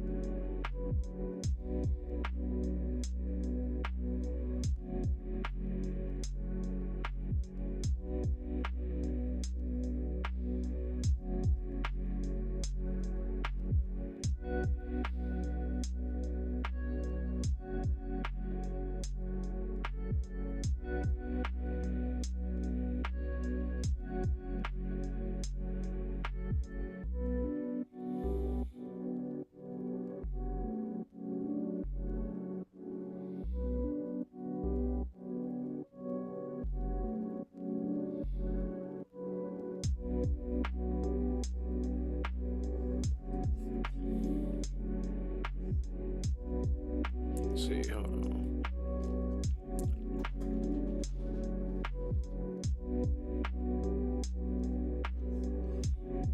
There we go. Okay. I'm definitely gonna mulligan because I'm looking. Yes, sir. I'm looking for this guy. All right, here we go. Don't want to summon her next turn. Kinda do. Chill.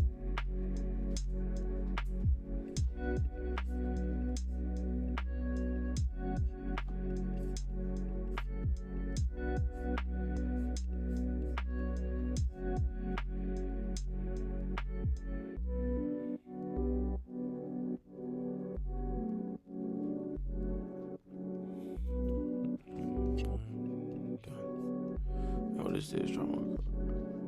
Oh, this is effect that's doing that.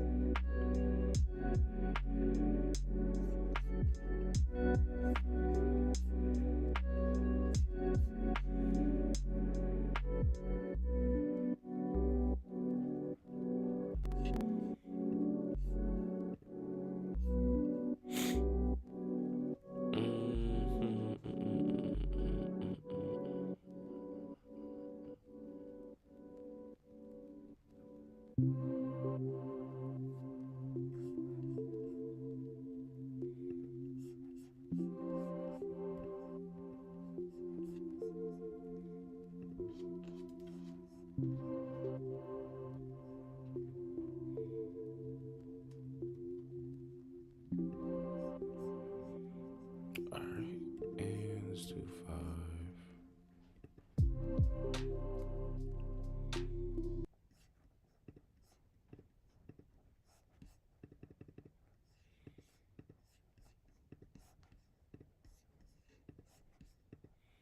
Let's do 7. Let's chill.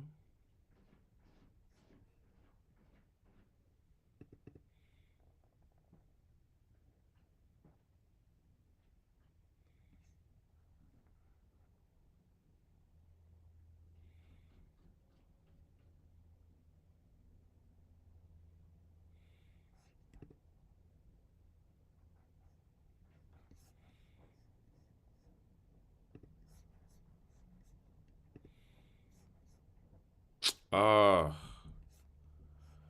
I didn't wait. Oh, fuck. I fucked up. Not really, but yeah, I kind of did.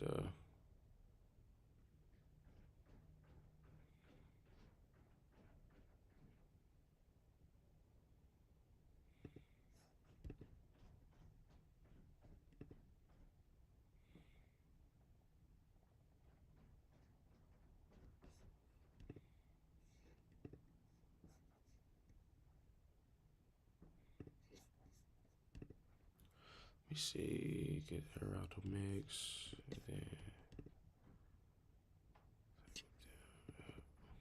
All right. All right. Yeah, yep. This is about the time he comes out.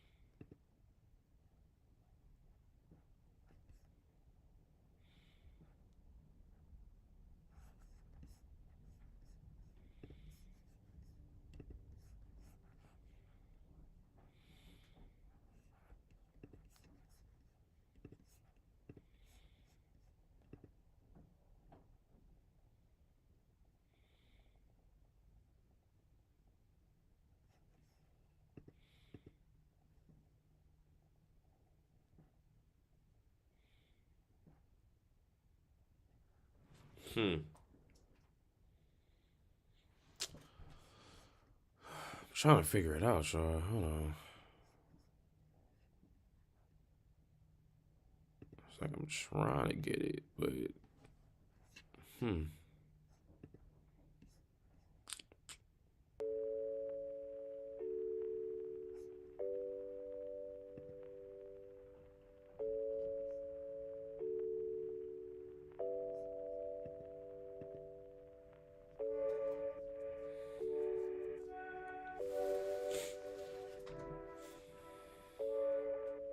oh my god.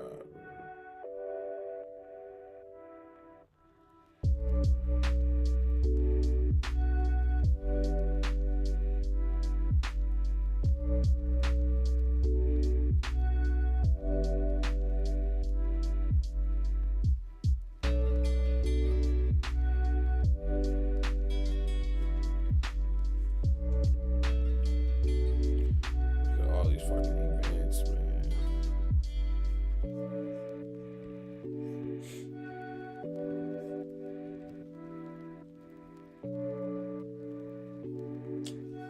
I can't do nothing, bro. This shit is over with. I had nothing but events. What the fuck is that?